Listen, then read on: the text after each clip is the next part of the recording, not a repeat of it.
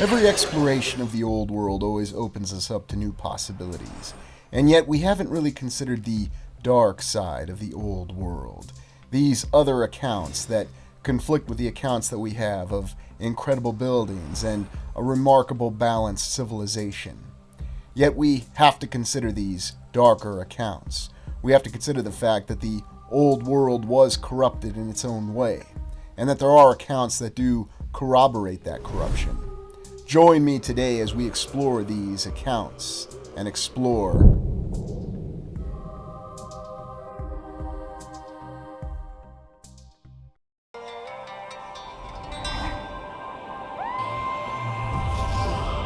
It seems rather odd to think of the old world as a dark place or a place where horrors may occur with all the wonderful structures that we look at during our explorations. Yet we have to consider this account because we do see the representation of these darker accounts. And today we're going to explore these various accounts and see what they are. It's not for the timid. In the past, we've looked at the greater glories of Tartaria. We've explored what it may have looked like, and these are just theories because the reality is we have no idea exactly what it looked like. But we have a good idea of what it may have looked like based on the remaining architectural examples that we have that endured to our own civilization in the 5th era. And yet, for whatever reason, the civilization of the 4th era, what we call Tartaria on this channel, is a civilization that we find very alluring. We also find that many of the greatest achievements in humanity and its history seem to be reflected in Tartaria, and the actual intention behind this civilization, which was to achieve balance within the individual, but also to achieve balance between the individual, the cities, and nature. It's certainly something that we can see in our current civilization that we tend not to have balance, at least not a balance that we can recognize. We oftentimes see ourselves being moved to polar opposites on any and every issue, whether it's the differences in our ideology or our appearances or even our economic systems. And as a result of our deference to this type of conflict, we see our civilization in ruins. We see the ruins of the previous civilization of Tartaria. We know that it was a great civilization that had achieved wondrous heights, a unity of purpose within humanity. But how exactly did it fall? In the past, we posited who was truly responsible, and we came to a little bit of a conclusion that perhaps we were responsible, or at least our progenitors were responsible. Yet, looking deeper into the history of Tartaria, I think we can still see the very forces and their effects in our current civilization that caused the fall of the previous civilization. If you think about what every civilization aspires to be and do, it's to grow and to increase in size and knowledge. And while the people of Tartaria looked within themselves, they sought more lands to explore. There are accounts in myths that they opened portals to other lands, that they attempted to access areas that they didn't have access to. In effect, they had reached the physical boundaries of their realm or their lands, and they sought to explore others. It was in this exploration, though, that they opened a portal to a dark land, and they allowed some other dark beings to reach their land through this portal. By the time that they had realized what they had opened up, they found themselves facing an entity with a power that they couldn't even begin to imagine. An entity that seemed to reflect some sort of anti-deity, or an anti-god, if you will. This anti-god quickly filled the land and turned the people of Tartaria against themselves. But how was this achieved? What happened that caused the great civilization that was unified in purpose, that had achieved balance, to completely fall apart and ultimately be destroyed? We can still see the remnants of Tartaria everywhere we look across the lands. Castles, ruins, some buildings that are kept in better shape than others, and even older remnants of the buildings of previous eras. When we look at our 5 eras theory, we start with our contemporary era because that's where we are now. And we examine all of the aspects of our contemporary era. People will tell you that some things don't apply to Tartaria and some things do, but the reality is everything does. Because we are descended, we are the progeny of the civilizations that came before us. It doesn't matter if there were 4 resets, 5 resets, or 2,000 resets. We are still the same people. It's safe to say that there have been vast changes within both ourselves and our civilization and the society. When we look at the fourth era, the Tartarian civilization, we examine their great triumph. But now we're going to look at the decline and fall. How did this great civilization erode and disintegrate, ultimately turn upon itself, and then found itself isolated and destroyed by the forces that it had exposed itself to in its attempts to explore new lands, to access other lands. And we can see the great tragedy of the destruction of the once great examples of architecture. And we can see the remnants of it, even perhaps in some of the images that we have that perhaps were not altered from the 19th century. The height of the fourth era, or the Tartarian civilization, is something that we believe dreams are composed of. It's very difficult to properly imagine or visualize exactly what these images were in this civilization. The finest examples of architecture and society working together, people achieving balance, looking inward for internal strength, and most importantly, possessing self-discipline. What we know as our paradigm in our current civilization is that we have external discipline. In other words, external institutions, individuals enforce discipline upon us. We do not seek to be self-disciplined. We tend to be discouraged from seeking self-discipline. And what this leads to is when you rely on another force, authority, or individual to impose discipline upon you, it means that that entity is ultimately dictating how you're going to live your life. They're going to tell you what's important, and they're going to do it in the most insidious ways possible. Even though you may be consciously aware of it, even though you may see it, and you write about it and you lament about it every day of your life, you're oftentimes willing to accept it because you've been conditioned to accept it. You've been conditioned that there can be nothing better in the past, or that in the past everything just fell apart because the previous civilization was corrupt. And indeed, a lot of what we're allowed to or encouraged to explore when it comes to a previous civilization was the ways in which it was corrupt. Because you'll see that the corruption is reflected in our current civilization, and even in our supposed recorded mainstream account, you will find the examples of corruption. Yet contrast that with what we see as the dream of Tartaria, or the Fourth Era civilization. And that dream is a people who had self-discipline, who had self-restraint, and yet at the same time achieved balance. They were able to overcome their physical differences and all the other differences and live in a state of balance. Now, of course, this has to be mocked, this has to be derided, because this is a threat to the current power structure that we have in our Fifth Era civilization. No one is supposed to know that they have greater capabilities as an individual, that they have spiritual strength which cannot be matched in any way, shape, or form. Yet looking at the examples that we have of the fourth civilization, with the great achievements in architecture, we'll be told that somebody else had to do this. It was a divine being, or it was some form of artificial intelligence, which nowadays seems to be a substitute for a divine being for many. And if that's what you choose to believe, then so be it. But we have to remember that many of the greatest works of art that depict the wonders of the past came from a human being. It came from a human's creative inspiration. The tales of fantasy did not come from some artificial intelligence. They came from human creativity, the spirituality within every single human being that no doubt comes from some sort of divine power. And while I may not have spoken of it directly in the past in the channel, I've certainly alluded to it. And the reality is, our search for understanding and who we are comes from within. It does not come without. And ultimately, that was the great mistake. That was the mistake that was made in the past that led to the eventual destruction and downfall of Tartaria. When you look at all the myths and all the examples of what may have been in the past, even that does not match the grandeur for what was in reality.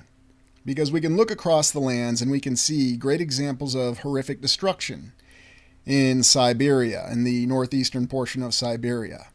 And we'll have a designated historical account that'll tell us what was there, and will tell us about the great kingdoms that were there. But I don't believe that at the height of its civilization that a person, a citizen of Tartaria, the civilization, or whatever it was actually called, because remember that we just use that name as a placeholder because we don't know what language they spoke. We don't know what exactly they called their civilization or how they divided their lands, and perhaps they didn't divide their lands at all. They didn't believe in such a concept. It's always interesting when you look at the concepts of certain cultures that we're told believed in boundaries on land, but then conversely we're told that they did not believe in the boundaries of land, that land had no boundaries, that land was for everyone. Now you might be arguing, well, how could anybody live in such a system where there's no division? Well, somehow we manage to live in cities now where there's no actual division, although we believe there's a division of ownership. Is it real, or is it just what we accept? These are all questions that we have to explore. We also look at the concept of Camelot and King Arthur and the legend of Excalibur. I believe that that particular myth alludes to what was very likely the last legitimate regime of Tartaria, or the civilization that preceded ours. It was not based upon one person's vanity, or one person acting as king. Yes, there was King Arthur, but King Arthur didn't see himself as some sort of divine monarch. What he ultimately saw himself as was a person who worked for the betterment of the entire civilization. That was indeed the very crux of the idea of the Round Table. That everyone was equal, no one was above any other, and that the role of being the leader was simply a function. It was not some sort of near divine being that was to be worshipped. Ultimately, Arthur sacrificed himself for what was and the dream of what could be. And it's those very words that we have to remember. Things were once very great in the past, and they could be very great in the future. The way things were subverted was by kings and titles. Once the entity that managed to infiltrate Tartarian civilization, or the Fourth Era civilization, grabbed hold, one of the first things it seemed to do was to subvert individuals. And where that started was many individuals taking the title of king. How much do we value the title of king? How much do you see the use of king this and king that? King Charles, King Henry, King Charles the Simple, King Charlemagne. It goes on and on. Although Charlemagne had himself declared emperor, it doesn't really matter because what you have is this obsession almost with titles. Now, before anybody says that I'm degrading anybody who puts value in titles, that's not what I'm saying at all. But what I'm saying is that when you embrace the importance of titles, you have to be cautious because before you know it, you are suddenly putting the certification of a larger group on your own self-value. In other words, the titles that endure to this day. I remember there was a political science teacher during his class who was explaining to his students that we don't use titles in the United States anymore. For example, you would call me Lord Schmidt if we still use titles. And then one of the students quite accurately quipped, yes, but we still have to call you Dr. Schmidt. Everybody got a good chuckle out of that, including myself. But what it says, though, is that if you value titles over your own individual value, then you're letting someone else dictate what your value is. And that is not what life is about. We dictate our own value. And no matter how many people try to tell you fallacies, how many people try to convince you that they're doing the right thing, or whoever dresses up in kingly robes with their wonderful adornments and decorations, there really is no difference between one human being or another. And one of the other things that caused the Fourth Era civilization to fall apart was not just the embracing of titles and indulgence in self-vanity. It was also the change in identity. What we saw was suddenly a more increased political division, a geographical division within the lands, dividing up the lands into many different principalities, and suddenly changing the ways in which they were facilitated, and even embracing the concept of being governed. If you have a people who are self-disciplined, what need is there for governance?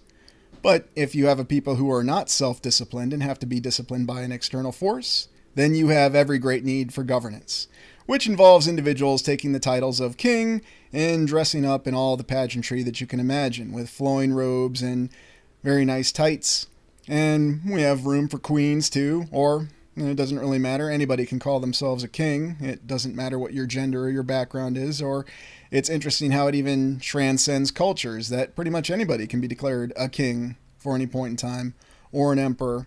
And indeed, many of the symbols of this endure to this day. So what you have that's been effectively undermined, and what was no doubt effectively undermined in the Fourth Era civilization, was the concept of leadership. Instead of a leader seeing themselves as a servant of the people, they looked to themselves as divine beings. The defense forces of Tartaria were subverted as well.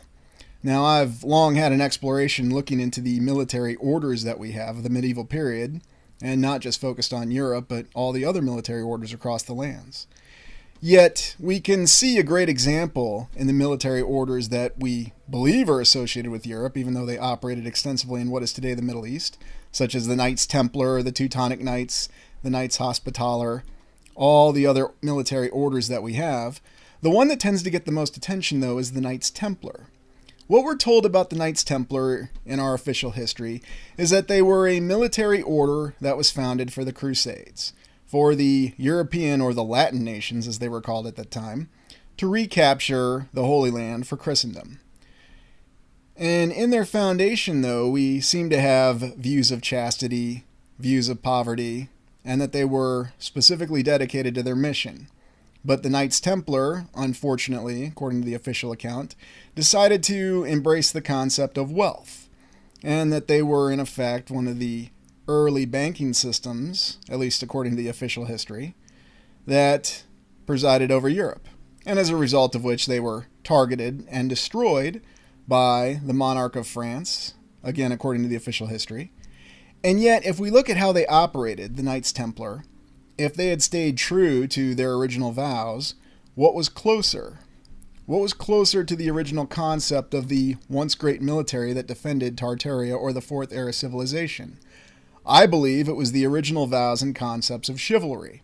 And I've noticed that when you study this, when you study the official historical account of medieval history, you'll be told that knights only applied chivalry to noble ladies and nobility. They didn't apply it to anybody else. But what if it did apply to everyone? What if the reality was the concept of chivalry, the concept of humility, of actually embracing and defending others, did universally apply to everyone? How much does that change these military orders in our eyes, if that's what they were truly about? And over time they became subverted. Much in the same way that the leaders of Tartaria were subverted, these knights became subverted and suddenly began to embrace the importance of material possessions, and not just money, but even the idea of money. Strangely enough, the very same things that we contend with every day. Now, I'm not saying that the concept of material possessions in and of themselves are bad. Like everything else, it's how we deal with things.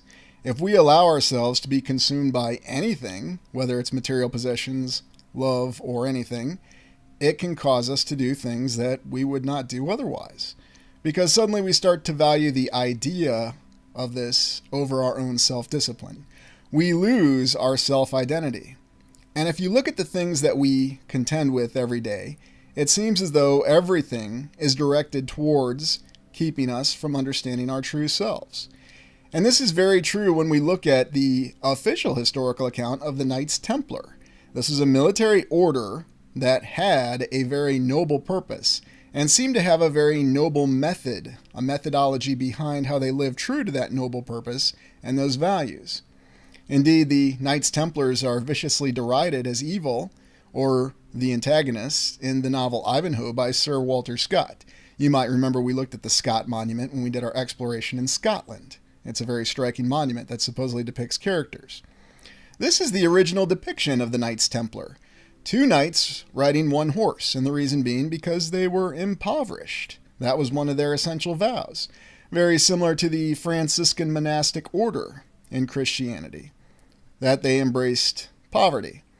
And yet there is a conflicting account that says that these Knights Templar devolved into concepts of violence, and they believed in violence and engaging in acts of violence, and that became more important to them, in addition to their valuing the idea of money above all else. And you can find a similar account with the Teutonic Knights, who supposedly took in the remnants of the Knights Templar and then continued their so-called colonization efforts into what is today Prussia.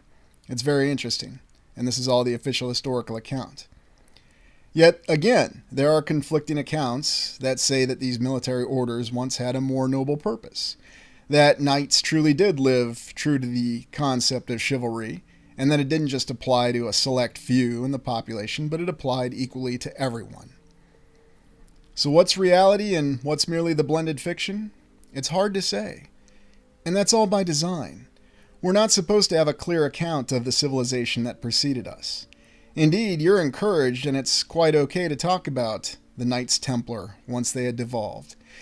There's an interesting episode of Robin of Sherwood, yes, that show again, that I think tells the entire story of the Knights Templar in one single episode. It's called 7 Poor Knights from Acre. And in that story, Robin Hood and his band of outlaws come across a group of Knights Templar, 7 knights, who had a small object, a gold object that was a depiction of the order of the Knights Templar stolen from them by this individual. As a result of this, the Knights Templar seek to find the individual responsible, kill him, and then reacquire their material item that supposedly means everything to their honor. And in the process of doing so, they kill many innocent people trying to retrieve this object, and they even kill a member of Robin's band. And Robin himself has to actually engage in hand-to-hand combat, in single combat with one of the knights, to try to save one of the other members of his band. It's a very well-written story, and it's very interesting how within an hour they managed to summarize the exact progress of the Knights Templar. How they went from being a monastic order that was dedicated to the defense of a society to an order that was self-serving. Supposedly it was about their honor, but the reality is it was about the material item that had monetary value. That's why they went on this little quest near Nottingham, and why they killed innocent people, and why they attempted to terrorize Robin Hood and the outlaws. They even ran afoul of the sheriff and Guy of Gisborne, although the sheriff, acting on his own opportunistic notions, tells Guy to stand down and allow the Knights Templar to hunt Robin and the band of outlaws. Because why do it when they could have someone else do it for them? In the end, Robin Hood prevails, and I didn't understand it at first, but I do now. The knights are stripped of the armor, and then they're sent off on one horse. And you can see that the 2 knights here, without their armor, do actually reflect what's supposed to be the ideal concept for the Knights Templar. 2 knights riding on one horse. I'd missed that when I initially viewed the episode, but upon rewatch for this exploration, I saw the truth in that. And that's what it reflects. It doesn't just reflect that truth for military orders, leaders, or monastic orders. Consider that Tartaria was carved into successor states, ruled by kings. And these are the aspects of Tartaria we're supposed to talk about. And you'll find 3 greater Tartaries or Tartarias all over the map in many different locations. We also have the accounts of madness that gripped the previous civilization. And there's no doubt that there were some people who tried to live true to the values of self-discipline, and they ran afoul of the compromised leaders and military orders, some of which who still acted in accordance with the rules of the old civilization, and others that didn't. And this is likely why we have these accounts of all these strange sicknesses, such as the dancing plague and many other bizarre accounts from our supposed incorruptible mainstream historical account. But I do think there's a lot of truth to this. There is a lot of truth into the history that we are able to see. But what seems to be the consistent reality is that we're only supposed to see the previous civilization as being a failure. We're supposed to question ourselves, and we're supposed to feel helpless, and the last thing we're ever supposed to develop is a sense of self-discipline, a sense of the ability of exploring ourselves and finding our own spiritual strength from within. You need to rely on other institutions. You need to have other people tell you what to do. When you look at how the lands were carved up and divided politically, you notice that as maps become newer, these political boundaries become more prevalent. They're a lot easier to see. Why is that? Why is it on older maps it seems as though there are no true political boundaries? Why do these accounts of mass insanity and hysteria seem to increase in certain times? What makes more sense? Was there really just all these isolated incidences of mass panic going on? Or was it really a population that was trying to struggle to find itself, to understand why their entire civilization was collapsing, why the leaders that they had trusted had suddenly turned against them, and were constantly keeping them turned against one another. Why was the great defense force that they had once relied on suddenly turning to materialism and not living true to the values that they always had? It had to be a very frightening experience for them, and no doubt many did try to find their way back to their own self-internal images, and yet at the same time, they found the people that they had relied on turning against them. And it's safe to say that this mentality, this primary method of operation, continues to this day. It is very easy to keep people turned against one another, and you can find any variety of reasons to turn people against one another. And I have no doubt that even in the grand heritage of the previous civilization, that some groups were told that they were more responsible for the achievements than other groups. It's another way. It's more of a positive way that you can turn people against one another. You can say that some people are more responsible for others for achievements than others. You can then say that those people who are not more responsible are the outcasts from society. They're people who shouldn't be listened to. You can use any number of means to reinforce this. You can use financial incentives, you can use patronage, and you'll see it every day. And no doubt this has been with us longer than we can begin to imagine. That is how the previous civilization ultimately collapsed. How it broke down into successor states, corrupted by the very forces of evil, corrupted from the inside and the outside, disintegrating and eroding, until finally it became vulnerable. Vulnerable by the very forces that it had unfortunately encountered. In its exploration for more land to explore, they had unleashed a great evil. An evil that destroyed them from the inside. And there's no doubt that there are concepts of this evil that remain with us to this day. And you don't have to look very far or very hard to see examples of it. Can it be overcome? Well, the reality is, it's still unchanged from when King Arthur said it. Defend what was and the dream of what could be.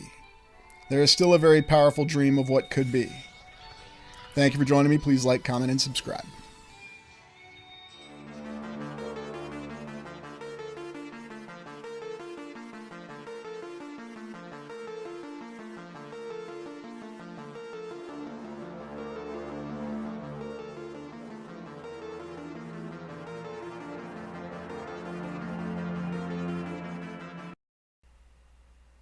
Welcome and thank you for joining me for today's theory video into the fall of Tartaria. I thought it was important to look at how Tartaria could have fallen. We've talked about it before and after the reset. We've never really looked though at what the civilization looked like aside from a few vision photos. Today though, I want to consider the theories for how it fell. But to start off, I want to share the approach of the channel. The channel seeks to explore these theories to prove or disprove them. Always maintain objectivity, the hardest part. Reveal and share details of the land with all viewers. Encourage you to seek your own answers, and keep asking questions and we will find the truth. Let's go back to the 5 eras theory, which is what we're looking at. And today we're going to be focusing exclusively on the Tartarian Age, or the civilization that preceded ours, in the 4th era. Recall that it's surrounded by the Golden Age, which we believe consisted of 3 eras, or at least the channel has theorized that, and then followed by our current contemporary age, also derisively called the Plastic Age, the Disposable Age by other researchers, which I certainly agree with. We don't know how long the Tartarian Age truly lasted. It could have been a few hundred years, it could have been a few thousand years, it could have been over 10,000 years. What we know is they had incredible accomplishments in architecture, society, and civilization. And oftentimes we're derided for even suggesting such theories because we are told and reassured that our civilization is the pinnacle of humanity. Yet we see so much evidence that contradicts that when we look at images of what Tartaria could have looked like. And yes, I'll admit Tartaria is a term that we use to refer to the civilization before us. It has many different names. We're expected to believe that there was a civilization called Rome that lasted 1,000 years despite being very corrupt and despite every significant leader in that civilization betraying the other leader. Yet when we look at this civilization of Tartaria, our imaginations are inspired, our hearts are lifted, because in every depiction of it we see a society that managed to work together and achieve balance in a way that we really can't imagine. And when we say achieving balance, what do we mean? Is that just a plug line? Is that just a saying? No. What we see is a civilization that achieved balance between the society and the individual. There was a great society, and yet at the same time, it did care and nurture for the individual. That is the true balance that we see. And this is how you can explain different civilizations, different cultures with different languages working together and achieving a common civilization, because there was a mutual understanding between the goods of society and the good of the individual. There was always something given and something returned on both sides. And we look at what their achievements were and could have been. And we see the remnants of it even today in our own civilization. And that's why we ask these questions. This is something that inspires us just to think about their achievements and how far their society and their civilization really could have gone. It's not just architecture, though. There are still remnants of this everywhere within our own civilization. Many people struggle to accept this, and they will certainly deny it and deride it in any way that they can. Yet, if your eyes are open, you'll see that so much of it remains. Just imagine living in that kind of civilization, one that really cared for the individual as much as the individual cared for society. That was the true balance. We have to wonder if the story or myth of the Tower of Babel was not simply about the languages being confused. Perhaps it was really about the understanding between people and the balance being confused. And that was where the real breakdown started. In this video, we're seeking to explain who or what was responsible for the fall of this incredible civilization. And this is something that compels us in all this research. This video is based on theory and conjecture because ultimately none of us know. The records are lost. We don't have something of an account that we can truly rely on. We have to go off of our research. We have to compare and contrast all the clues that we find. And there are still many clues that you can go out and interact with today physically. There are accounts in the myth, and then of course examining the historical accounts that were given. There's also a bit of a blending between what's real, what may be considered fantasy, and what you can still go interact with, such as the Great Water Tower column that still exists in St. Louis today, in the middle. And yet you compare and contrast those with a fantasy rendering on the left, and then what's supposed to be a concept architectural rendering on the right. Yet for some reason all this feels real. All of this seems like it's something that could have existed and could have been a part of our actual history. And once again, people will deny this and say, well, it's just a water tower. There's nothing special about it. So what if it's over 150 feet tall? Yet we look at other conceptualized drawings in our imagination where we see large hangars and incredible technology, inspired by what's called steampunk.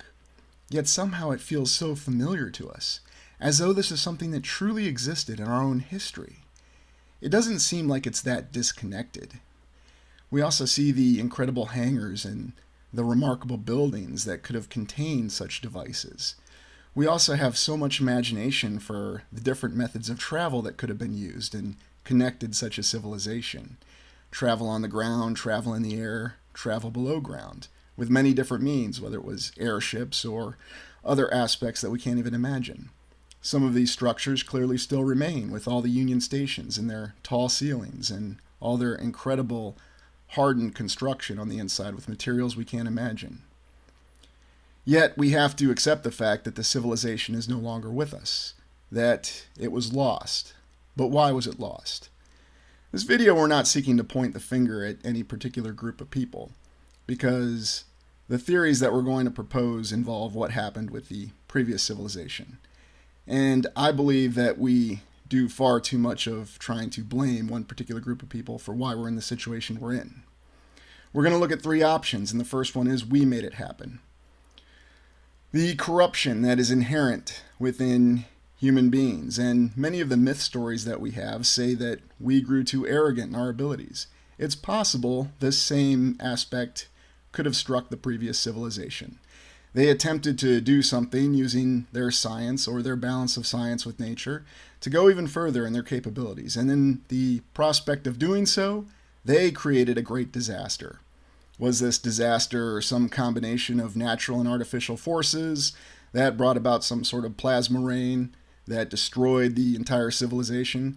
We have many accounts of what appear to be meteorites, although we know they could have many different explanations, striking cities, whether it's Sodom and Gomorrah or whether it's the Peshtigo fire that may have had something to do with what happened to Chicago.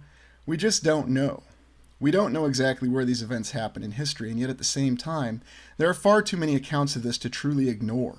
There are far too many images of this to ignore. So we go back to the explanation that it was simply us. Our pride grew with our ability. We saw what a great civilization that we could build. We saw our achievements, and we wanted to see how far we could actually take it. Then we also consider the other stories that we have of a great deluge or a massive flood. Now we'll be told that this flood was caused by some deity, and it may well have been. Yet there's other accounts that say that a deluge may have destroyed a civilization, such as the legend of Atlantis, because, again, it grew corrupt in the fact that all they pursued were their abilities and wanting to expand their abilities beyond what they knew were their limits. And as a result of that, it caused the destruction of their civilization in a way that they weren't able to recover from. And this doesn't just appear from myth, but we also see this reflected in fiction, science fiction, and fantasy today. Think of the stories of old Valyria from the Song of Ice and Fire and how it was destroyed. It was all from the same cause, because the people and the civilization grew corrupt internally, and they sought to expand themselves beyond their natural bounds, and they paid a heavy price for it. Then there's also the concept of conflict, and perhaps the previous civilization simply broke down. The once great threads that were so strong that held that civilization together fell apart. They had achieved too much, and as we always see reflected in our current civilization, there was one group that felt that it was more important than another group and exploited whatever minor or major differences. Ultimately, if we think about it, there are very few differences between human beings. And yet at the same time, those same differences could have been exploited in the past for those seeking power. It is again a recurring theme and a recurring story that we have to face. It's not perhaps the most inspiring of stories, but it is true that this could have been how Tartaria fell, that the civilization had reached its ascendant over hundreds or even thousands of years, and finally it began to fall apart, because they had expanded themselves too far, or they had simply been around to the point where some people believe they could have more. Theory 2, we were corrupted to make it happen. We have many allusions to the fact that there are corruptions within human beings that could have happened from some external force that we can't fully understand. There's a lot of evidence for this in the fact that in our myth and even to contemporary times, we see that the greatest battle seems to be for a person's soul. And it's not just a plug line. There's so much effort that's put into influencing people what to do, what to think, and what to believe, as though we wish to deny people their true individuality and give them an individuality through some other sort of belief set. We have to wonder if this isn't something that's imposed by some sort of external force that we don't fully understand. Because it always seems that in myth and even in fantasy and other accounts, the greatest stories of the greatest civilizations always fall because they become internally corrupted or decadent. Now, this varies from the first theory, and the first theory that we just believe that this is completely internal and this is just human nature. Whereas the second theory indicates that this is some sort of external force that somehow manages to exploit the natural aspects of human existence and ultimately turn human beings against one another. We have other images where we see once corrupted human beings begin to fight each other and they begin to destroy their civilization. They believe that they are acting in the name of righteousness, they are righting past wrongs, or they are simply acting in the name of their survival. And yet every time we have so many stories, and it's such a repeated and recurring story, where we see the people more than willing to inflict horrific acts against one another, all in the name of righteousness. We see that buildings are destroyed, and much, much worse, so many people are killed, all because others are told that it needed to happen. It was necessary. And how many people ever stop and simply ask a simple question as to why they are told to do such actions? Oftentimes we look at the vast levels of indoctrination.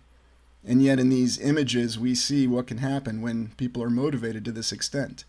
We see the great human spirit suddenly applied to something very malevolent, and done so without any hesitation, time and time again. We also see this depicted so many times in movies, plots, stories, novels, in our myth. It's all over the place. Until finally, the civilization reaches a point to where it's so corrupted that the internal and the external forms of human beings no longer resemble human beings. They resemble some sort of creature. Now, is this really a physical representation of what happened, or is this just simply an interpretation of people corrupting themselves, that this is what they would look like if you were able to see how they were corrupted? We don't see human beings anymore. We see ghastly apparitions all over the land. And we see the fact that there's no limits to what they're willing to do. They are completely and totally overwhelmed and controlled by their simple desire to survive and to consume anything and everything that is around them. And it's a story that's repeated so many times. And here we see the final transformation of human beings into these horrific creatures. There's many different names for them: demons, dark angels, horrific apparitions that we can't even begin to imagine.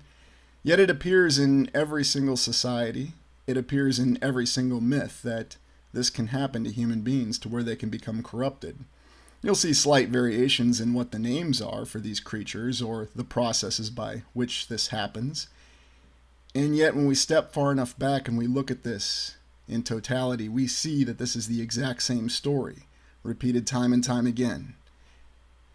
And I believe there's a lot of strong evidence for this theory, that there are forces that seek to corrupt us, both as individuals, as groups, and overall as a society.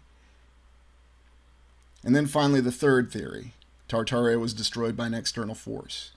There are many different accounts from both myth, legend, and fiction where we have some sort of dark, malevolent entity that comes from the outside, and that it wishes to impose its will on humanity.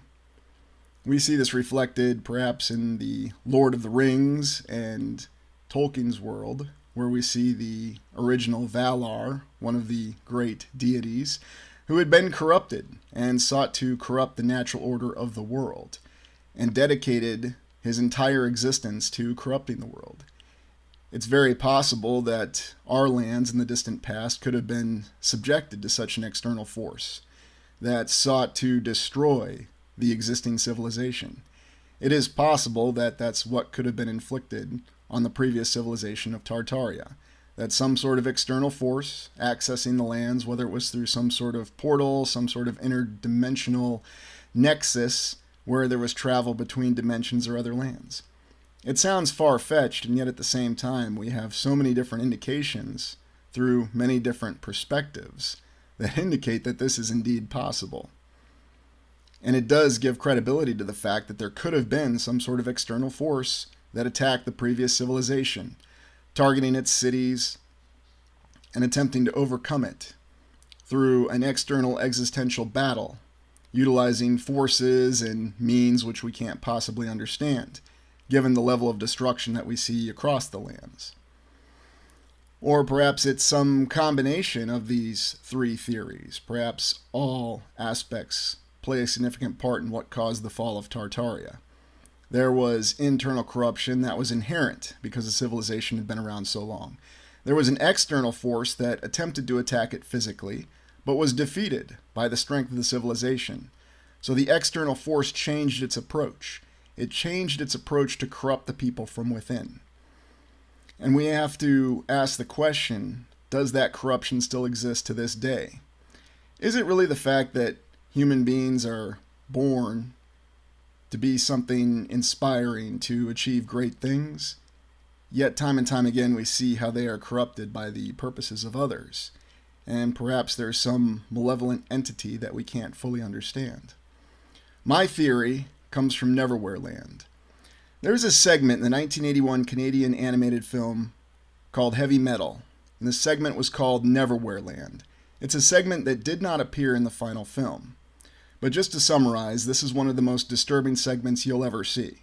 and I'll put the link in the description of the video. In Neverwhere land, we see the malevolent entity called the Loknar, an entity that doesn't belong on the land that suddenly arrives. It influences and corrupts all the life forms in the land to destroy each other. And in a segment that only lasts 3 minutes and 30 seconds, and even though the animation isn't complete, you get a very dark, unsettling, and terrific feeling that overcomes you whenever you watch this segment. It's very difficult to watch, and I believe the reason that it is difficult to watch is because it accurately depicts what truly can happen to human beings time and time again when they become corrupted internally, when they suddenly find themselves willing to do horrific acts, all in the name of doing righteousness. And I will warn you, this is a very upsetting segment to watch, and it's very difficult. But it does accurately depict what can happen. And we certainly have so many examples within whatever history you happen to believe of events like this occurring.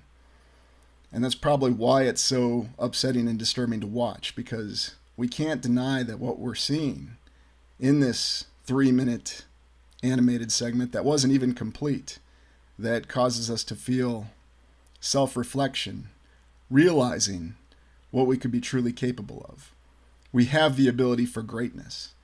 But that's why it's so important that we ask questions and we understand ourselves. That's why I believe it is important that we're willing to explore ourselves and willing to face all the challenges of life, whatever the reality of existence is, with our own perspectives intact. Not unduly influenced by the forces of others, whether it's some malevolent entity or it's something that's simply trying to twist us to serve its own purposes. It's most important that we know who we are, and that's where I find we have the greatest hope for the future. Now once more I must ride with my knights to defend what was and the dream of what could be. Welcome, and one of the recurring themes of exploration on this channel is the concept of a capital of Tartaria, or the civilization that came before ours. We find that a capital city has an alluring centralization concept to it that we often find in all of our current nation states that are marked by tremendous landmarks and unbelievable architecture, both Old World and New World. Was it really a capital city, or was it really just a capital, a single structure? We're not really sure, but in this exploration we're going to examine what a lost capital of Tartaria may have appeared like, and why is it so alluring to us. We're also going to discuss our future explorations in trying to locate the remnants of a potential capital of Tartaria. We see this incredible layout of this very beautiful city with this immense structure that we could assume is a capital, with an O, or what we describe as a single structure that represents the capital, within a capital city, with an A. And of course we're having fun with the English language again, because the English language is always very much interesting and enjoyable to have fun with. And everywhere we look, we see that while this may be a depiction that is fictitious, it still shows many elements of realism to it. And it should be noted that every single structure that you see in this image, something like it exists across the land. Now imagine if all these tremendous old world structures that we've examined in all these recent explorations were located in a single city, indeed a capital with an A of Tartaria. And then consider that such a structure like this were possible. And if you add together structures from, say, London, St. Petersburg, Washington, D.C., and many other locations, you could very easily have a structure such as this that would function as your capital with an O. It's quite an intriguing premise, and when we think about a unified civilization where every individual worked together, and at the same time the society supported the individual, recharging their internal energy, then it seems as though the limitations are endless. We look at the current capital in the United States, and we're told that it was constructed initially and then renovated, and then a new dome was built during the United States Civil War, no less, and it still stands as a proud beacon of hope and democracy, even in the nation that labels the constitutional republic as its primary form of governance. Not that it truly matters at the end of the day, because it seems as though we say one thing and mean another, and that's always the basis of politics. But let's look at the concept of the capital city across all the lands. We have many different types of capital cities, and oftentimes we see domes, we see tall spires, and other very alluring structures. We also have fictional depictions of capital cities, science fiction and fantasy, where we hear about famous cities such as Minas Tirith in the Lord of the Rings series, and of course King's Landing in the Game of Thrones series, or A Song of Ice and Fire. These capitals represent the centers of learning and civilization. Also look at the capitals across the North American continent. By the way, special points to anybody who can identify the second one from the right and what it represents. And isn't it intriguing how it compares to the other capitals in what we consider North America? But what do you think? How do you think these capitals line up, and what do they say? Many other capitals, we see immense beacons and domes and obelisks that represent different various things. Do they really reflect our current civilization, or are they merely remnants of the past that have been repurposed to give us a different impression of what these capital cities truly are? It should be noted that for our initial explorations, we've also considered state capitals in the United States. And on paper, the state within the United States is supposed to represent a nation in many respects. Although it's not a full independent nation, although they could be, and that's always the subject of legal debate as well. But we see the same principles within the capital city. We see that whether it's a state capital or a national capital, there's always the Capitol building, there's always the interesting courtyard layout or the centralized layout, and you have no shortage of very impressive monuments, oftentimes including columns and numerous pillars arrayed together in fine monuments. Also consider the opulence of the interior of many of these structures that we consider. And we haven't really started to go deep into Europe yet, but that's coming fast. And when we look at Europe, we'll see many fine examples of beautiful interiors and exteriors of great elaborate buildings within their immense and impressive national capitals. Interestingly enough, some national capitals you'll find that you don't have exactly the best images of, and you have to ask the question, why is that? Why are certain perspectives not as easy to find full definition images on? It's almost as though we're not supposed to see them. Although you'll find that if you notice them from different perspectives, or if you have the photo taken from another perspective, it's completely different. It's much easier to find a high definition image. And the only reason I'm highlighting this in this exploration is just to make you aware of it. It seems to be that whatever's available, and it could simply be circumstance and coincidence, and you know this channel's feelings about circumstance and coincidence. Why is it some buildings are easier to see from some perspectives, but we're not so encouraged to see them from other perspectives? We have many fantasy layouts, and of course we've looked at many layouts of cities that we were told were in existence during the so-called medieval period, where we saw a lot of geometrically precise foundation structures around them. Now, were these geometrically precise foundation structures part of their original design? Indeed, in King's Landing, in the fictional history of Game of Thrones, we oftentimes have a variety of historical explanations for the vast edifices, the great religious structure, and then of course the Red Keep. What's really the story behind it? Well, there's a story behind every building. And yet if you look in national capitals such as Madrid, you also have a story behind every building. And it's not just limited to places such as Madrid. You'll find it also in the great cities, the state capitals across the United States, and really every city across the land. Oddly enough, though, these great edifices and where they're constructed, along with the wonderful structures with them, you know, if this was in the United States, we know full well this would probably be some sort of Civil War monument, and they either would have had to have renamed it depending on its location, or maybe they would have designated it somewhere else and called it something else. It's always very interesting to consider. Indeed, many of the fantasy settings that we see in capitals seem to have been inspired by real-life locations and are oftentimes based on real-life locations. So it's really not as much fantasy or science fiction as we might be led to believe. Of course, naysayers will always tell us that it's all just in our imagination. And yet, many of these impressions are based on real-life structures, the exteriors and the interiors. For example, we've seen this layout of this certain interior. It's oftentimes called an arcade, and we've looked at a few arcades in the United States of all places. Shopping centers, or so we're told, and yet they display opulence and luxury and beauty. And of course, this will be explained away by being told that these were simply the indulgences of the Gilded Age. People who simply had too much money and didn't exactly know what to do with it before they became philanthropists, if you're in the United States, or oligarchs if you're not in the United States, depending on who's telling the story. However you look at it, though, you'll see that there are great and wondrous structures in many capital cities across the lands. And these capital cities reflect the centers of administration, art, and supposedly where political power of a nation is exercised. Although, is political power real, or is it more of a facade, or does it just depend where you are in the land? Well, depending on what sources you read, you'll be told all three. What I find intriguing, though, is there seems to be a template, or a pattern, if you will, that endures with capital cities across the land, regardless of whether they're national capitals, state capitals, or have any kind of designation as a capital. And where did that template originally come from, with beautiful buildings that seem to be very artistically and spiritually inspired?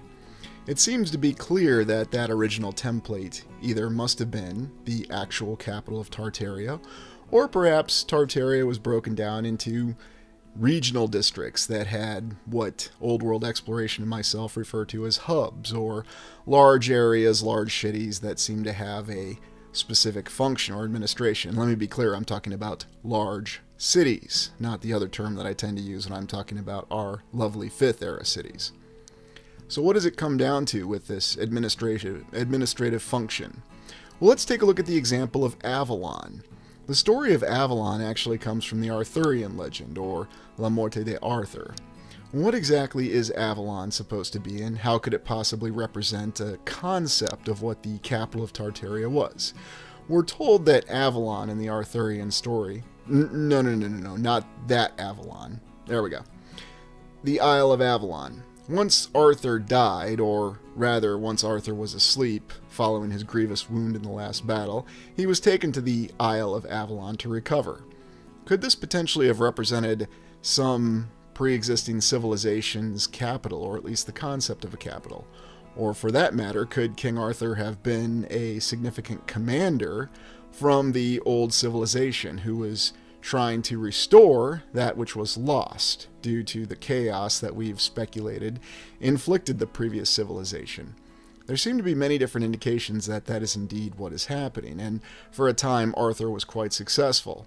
Although in the end, according to the story that we understand, how it's been passed down to us, now we don't know of its veracity and we have no way to confirm it, is that Arthur was eventually undone by the very sins of his own and some of the flaws within his knights. And there's a reason why I oftentimes refer to the story of Gawain and the Green Knight.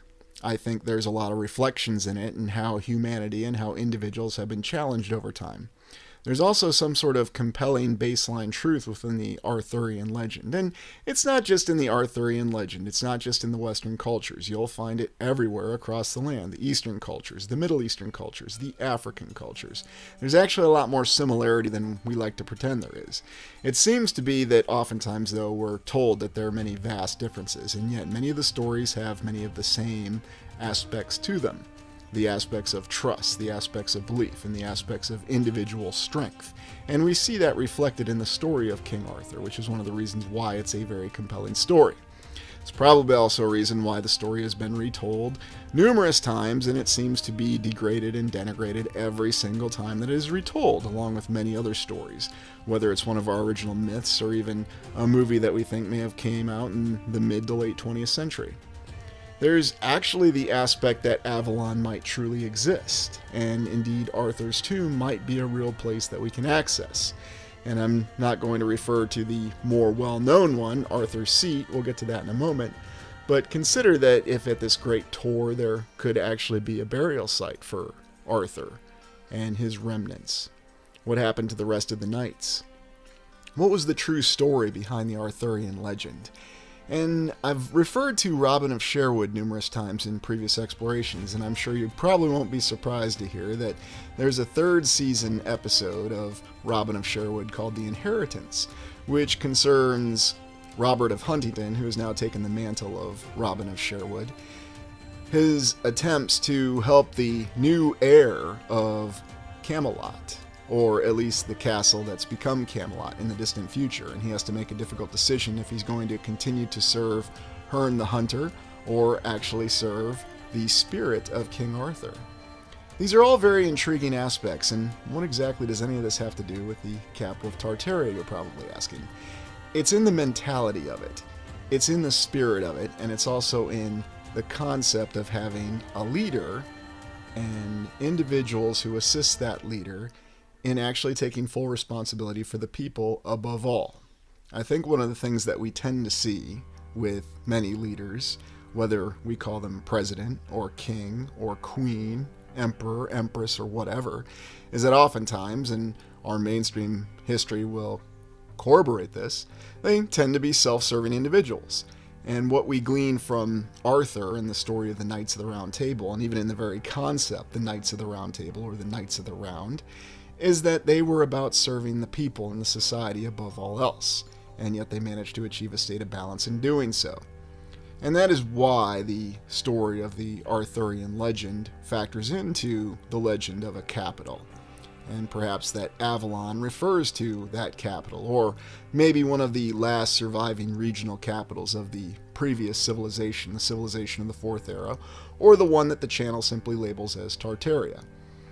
The other intriguing aspect is the internal strength that we see depicted in Arthur. And the only film that really comes close to depicting that to its full extent is Excalibur. Now, there's a scene where Arthur draws the sword from the stone, and the great knights of the land, as it's called in the film, which is where I draw that term from, resist Arthur, led by Sir Uriens, pictured here. Arthur has the chance to simply kill Uriens on the spot, but instead he shows him mercy, and even shows faith in Uriens, giving him Excalibur to knight Arthur, who had not even been knighted. It's probably one of the most powerful scenes in any film about King Arthur, and I still find it shows the true power of individual courage and spirit, but not just belief in oneself, but belief in others. And you might notice there's a commonality, a theme that comes about in our current civilization, in our societies, where we have this underlying theme that we must distrust every other individual. There's only certain institutions that we can truly trust.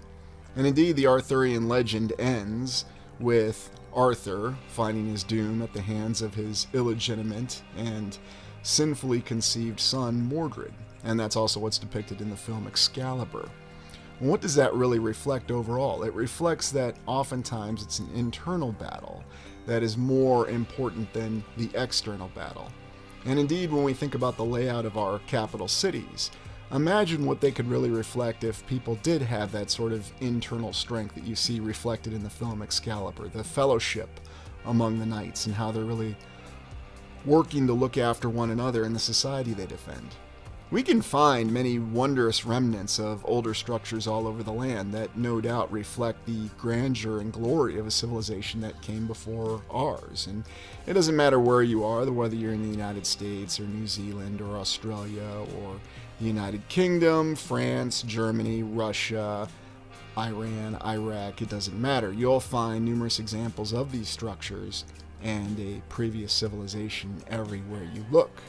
Now, are there different variations on them? Yes, but are there many similarities that we see across the land?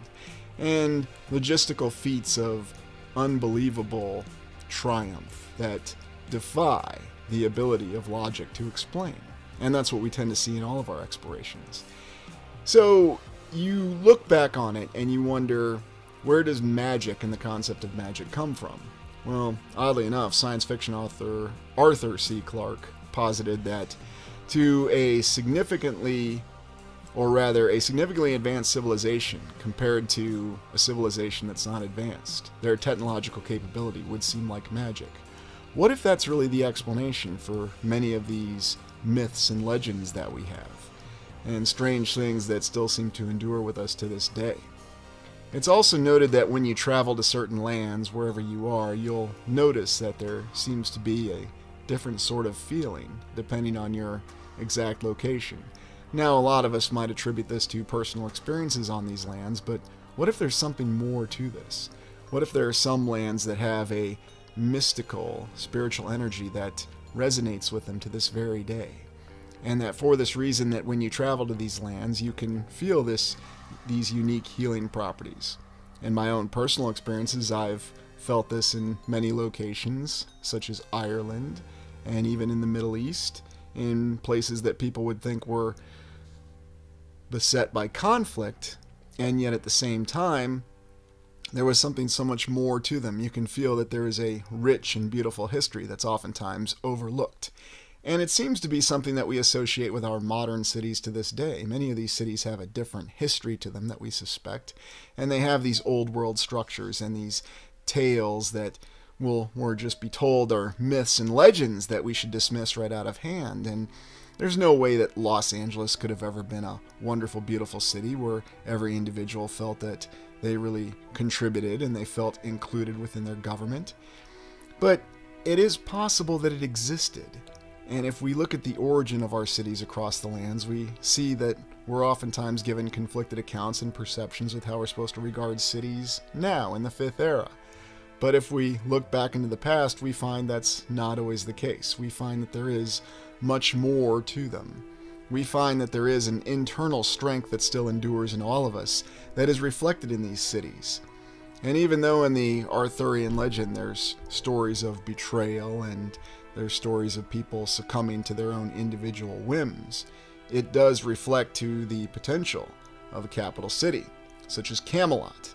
Another example, and a very likely example of a city, a capital city, that was quite real.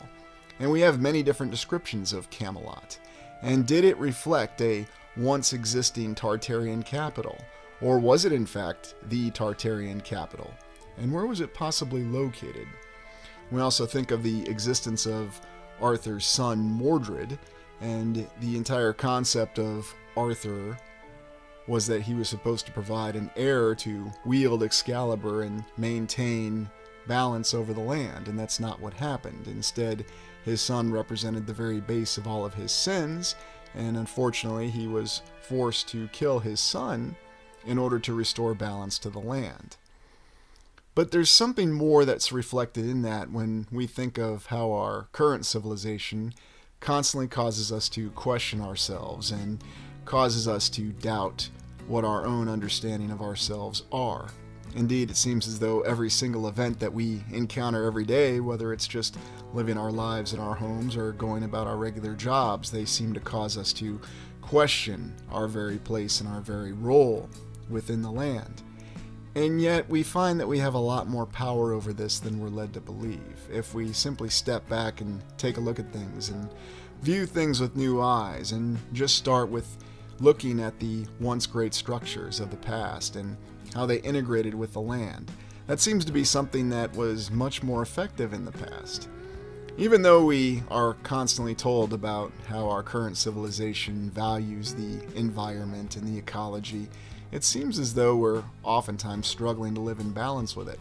But then we have concepts and views of buildings and structures from the past, and it seems as though those civilizations had absolutely no challenge naturally integrating and amalgamating with the natural world around them.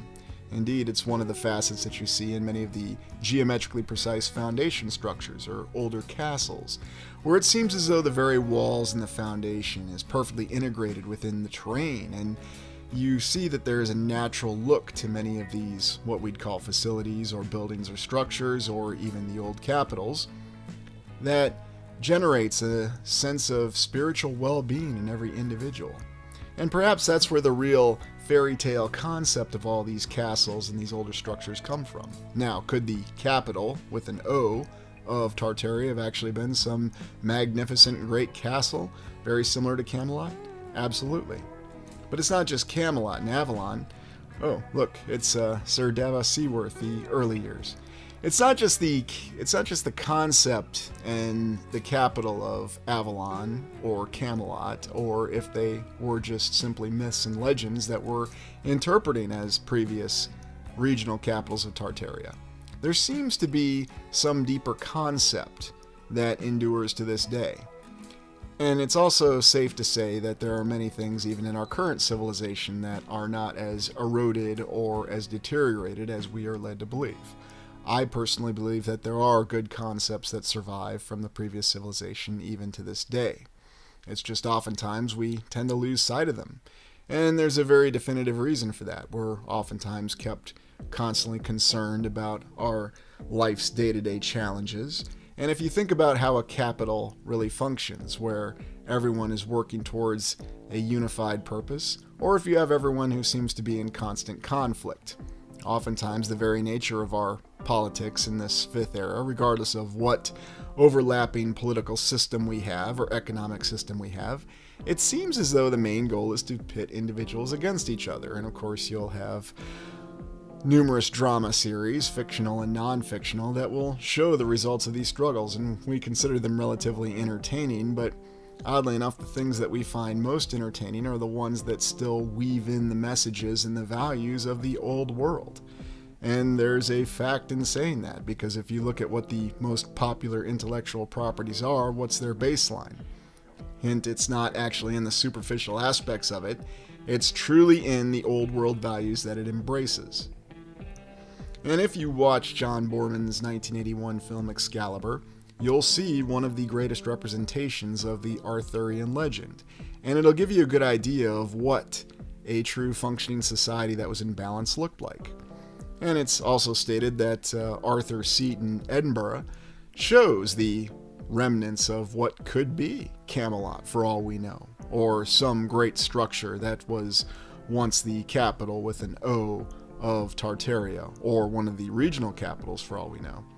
In different perspectives, it does have a little bit more of a structural look to it, although modern scientists will simply tell us that that's merely our imagination running away with us. And I certainly don't want to encourage your imagination to go running away that Arthur's Seat is actually a structure. There's many other questionable things in Edinburgh that we've looked at many times before. Nope. I'm not going to talk about it this time. Let's go on to Shangri-La, our last example. And here we go to the Far East, the legendary city supposedly in Tibet or the Himalayas. And does it really exist? What are the concepts behind it? There's numerous accounts of how this was also a wonderful city in a very unlikely place. There's also accounts that it's in a golden valley with wondrous architecture and a juxtaposition of cultures and civilizations. Indeed, if you've ever been to the Himalayas, you'll get that same sense to this very day. There's also a lot of interesting structural anomalies that exist in that particular area. And while you might be told and you're thinking that you're on the roof of the world, consider what the concept of Shangri-La really represents. Also consider the fact that in that particular area of the world, there's some very unique terrain. So, one of the challenges with trying to ascertain where the lost capital of Tartaria may have been located is the fact that we know there are several areas of land that clearly have been devastated. Could Shangri-La have been in one of those areas of land? The area of northeast Siberia that we've taken a look at in exploration, the Mojave Desert in the western United States, Sahara in Africa. Could the great capital of Tartaria have been located in any of these locations? Absolutely.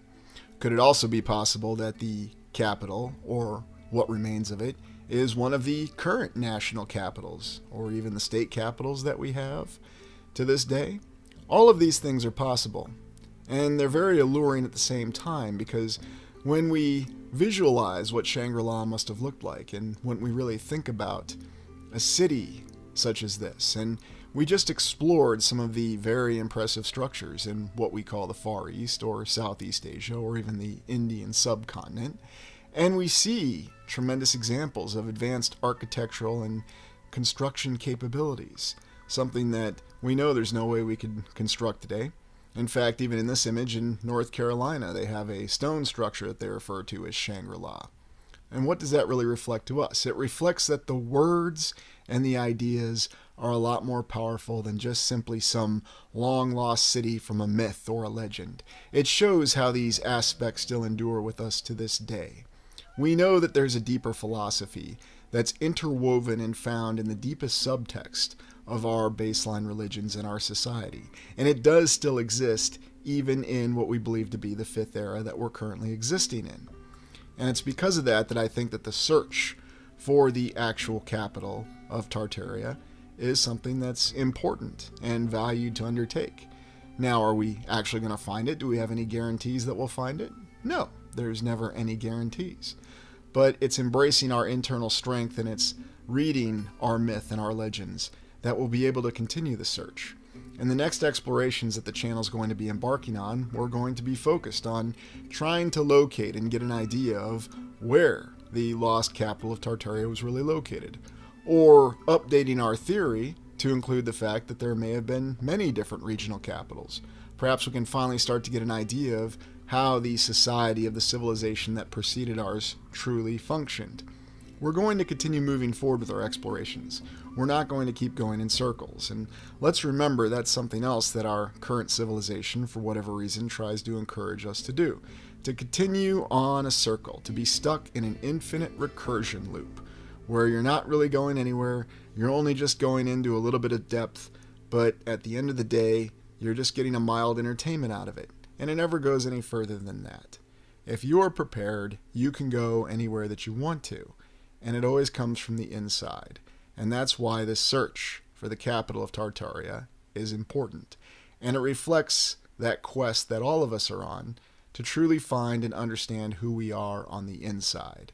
And that's the ultimate power that we have, that no one, no institution, and no other individual can ever take from us. Welcome to the Restudo Orbis channel, and today we're going to be exploring death shrines, or the concept of the ossuary. And as we fly over this very famous and well-known ossuary in France that commemorates the Battle of Verdun, the meat grinder battle from World War I, where over 100,000 French and German soldiers met their untimely demise, we think of the fact that there seems to be a lot of respect that's given towards the interment of these remains of all these unfortunate soldiers who died in these infinite frontal assaults that occurred for an entire year. And yet there is more of a story behind these ossuaries, and an ossuary is simply a structure where bones are stored, and we'd like to think that bones are stored in a very respectful manner. And indeed, as we look at this World War I monument ossuary cemetery, we can see that the greatest respect is given to soldiers who died in battle. And yet I use the concept of ossuaries as evidence for our reset theory. The reset war that occurred between the 4th and 5th era and our 5 eras theory. Now, the intention of this exploration is to show that hard evidence, and believe me, there is hard evidence to be seen. And we'll start at Kutna Hora in the Czech Republic, population 21,417. Rather modest population, especially when we've considered how populations have exploded in certain places, such as Seattle, where we had over 200,000% growth in a 100-year period. So it's quite amazing to see a town or small city in the Czech Republic where there's only 21,000 people and not 5 billion or 5 trillion. And I'm being serious. It's in this very modest town, though, that we're going to come across our first ossuary. And it's simply a chapel where bones are stored. And in this town, we even have another one of these very intriguing plague columns, because we just can't get enough of these plague columns. Again, another interesting reminder of what we have, that we supposedly survived a terrifying plague, so we decided to build a monument or memorial to it, and it's a column. There's even a smaller one that's closer to our building or chapel of interest here in this small city in the Czech Republic. What do these always truly reflect, though? We always see so many interesting figures and different symbols on these plague columns, and we've seen those symbols before. Now we go to Sedlic Ossuary, which is in the town in the Czech Republic, where we're going to take a close look. Now, we're told that this is a chapel where remains have been stored. Now, historically, and I'm going to avoid a lot of the historical narrative because, quite frankly, I find it very absurd for all these locations we're looking at in this exploration, we're told that this was a highly desirable burial plot for people to be buried in the years from medieval times all the way until the present in the Czech Republic, or whatever nation or organization of empire it originally was. And the official story does tell us here that the reason that they have so many bodies in this particular little chapel is this was a highly desirable burial plot. So what they were doing is they would remove or exhume the bodies that were already buried there and simply pile up the bones in great bone pyramids. Well, eventually they brought along this individual, a gentleman by the name of F. Rindt. We don't really need to concern ourselves with his name because his biography is so shallow it's not even funny, and we can see that even these arrangement of bones here is very unfortunately and shabbily done. But when you look deeper in the structure, you can see that 40 to 70,000 sets of bones have been arranged in a very artistic manner, and supposedly Mr. Rindt, or whoever he really was the individual who was hired fortuitously in the 1800s to arrange these pyramid piles of bones in a very artistic format to decorate this chapel in a very macabre or macabre manner, whether you're using American or British English. Yes, I always find pronunciations funny. Now consider this. Why would this ever be acceptable? How could it have ever been acceptable for bodies to have been exhumed? And they even have a legend that it was a half-blind monk who went about the task of exhuming all these bodies, these 40 to 70,000 bodies. How could the church ever accept exhuming bodies? And then furthermore, how could anyone ever accept arranging these skulls in this very macabre display? There's something awfully disturbing about all this when we look at all these bones and the way they're arranged. Now, of course, we won't think twice of it because this is a very popular tourist attraction in the Czech Republic. It's a very unique site. Now, if you look past the bones, you can see some very elaborate architecture within this little chapel. And now you can see how it's been decorated in this very disturbing manner. Are we really to believe that this one individual in this one location did this? And perhaps you might be thinking this is simply something that happened in one random location and that this is not widespread. Who in their right mind would decorate a location with these bones in this very disturbing manner? Because as we can see, this is really a display. And what are you doing with a display of human bones? Well, many people have this, those who are into hunting, and I'm not judging people who are into hunting in this exploration, I'm just using it as an example. We display these things to show trophies, to show achievements. Now, of course, the historical account tells us that this was merely a work of art to do something with all these bones, instead of actually, burying them, as we'd like to think the major religions of our land tell us to. And yet we find them arranged in this very bizarre format. I don't know, it makes you wonder if this is where Alejandro Jodorowsky and the designers had for their aborted Dune movie in the 1970s when they were going to design House Harkonnen. And then, of course, H.R. Giger. You can see where a lot of nightmarish inspirations may have come from looking at these rooms and these locations in this so-called ossuary in the Czech Republic. Now, you might be surprised to know that this is most certainly not a one-off location. There are many locations across the land where we have the bones displayed in this very disturbing manner. Now, a lot of people say, Aurelian, you're simply being a killjoy. Why can't you just enjoy the artistic depiction of human bones? Because when I look at these bones, if these bones are indeed real, which we're assured that they are, and when I actually went to this location many years ago, the bones looked and seemed pretty real to me. I remember that every single set of bones, and is it really 40 to 70,000, or is it many more individuals? Every single set of bones did used to be a human being at one point in time.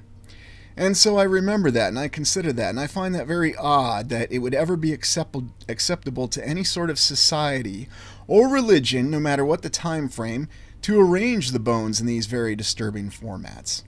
To show these bones as some sort of disturbing work of art, and in a Catholic chapel, no less. At least that's what the official story tells us. And how could it have ever been acceptable to have all of these bones exhumed from their rightful burial plot, just because we're told that everybody else wanted to be buried there, and so they respected the wishes of the people who were going to be currently buried there? And of course the answer will be, it's simple economics. The church needed money, and therefore they accepted their money. You look at this building, though, and you can see that on the outside it does have some interesting touches of architecture, and certainly on the inside it does as well, but what was the original purpose behind the structure? And we've explored this concept before in one of the very early explorations on the channel with the arrangement of bones in the underworld horror concept. And what are we really looking at? I believe that we're looking at trophy displays. This is something to remind us that a group of people in the past were completely destroyed, annihilated, and this is all that's left of them. Their bones, arranged in a trophy formation representing works of art. It is disturbing, and at the same time I believe it's also disgusting to a great extent that this is allowed to persist. Now, would I go and visit this site and actually look at this? Sure, but I would also remember the fact that every single one of those skulls that you're looking at right now used to be a living human being. And we always have that age-old question, well, what about respecting the dead? What about respecting our cemeteries? How exactly is this showing respect? How exactly is a very disturbing sight like this to be accepted and tolerated in a society that's always telling us that we need to right wrongs and address injustices, and yet this is allowed to persist, and no one thinks twice of this. And you can see that as you look deeper within this structure, there are more elaborate arrangements. And I will say that whoever did arrange the skulls and the bones, they did put a lot of effort into it. And there's even a lot of effort that's being put into cleaning them and maintaining this sacred site. Indeed, Ewan McGregor and his friend Charlie Borman in Long Way Round actually visited this site. I had no idea that these two were good friends. Apparently they did numerous series such as this where they went riding on their motorcycles together. Would have thought that this is a place that they would visit.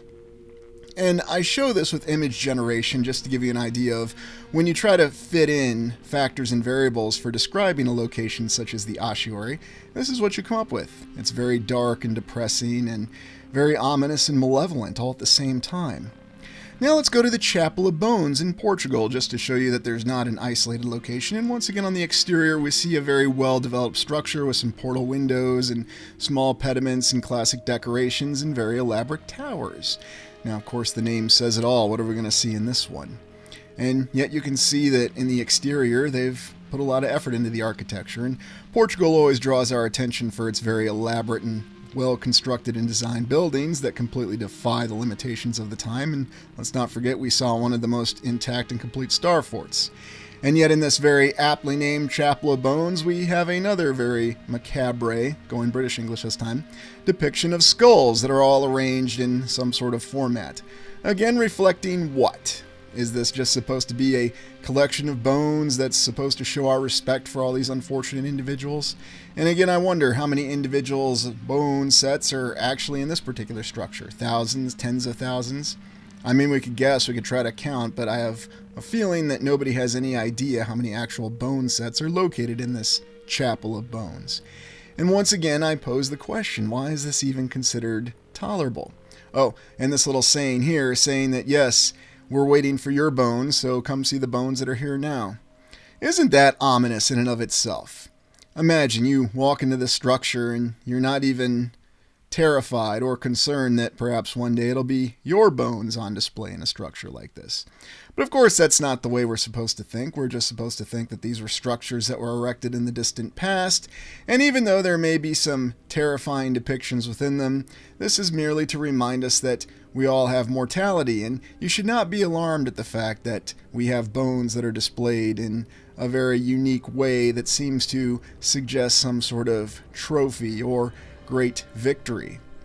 And that's why I think that's a very disturbing aspect with all these different structures that we look at. Now, to be fair, there are certain structures, we'll look at one later, where we're told that that's indeed what they were. It was supposed to be a structure of victory.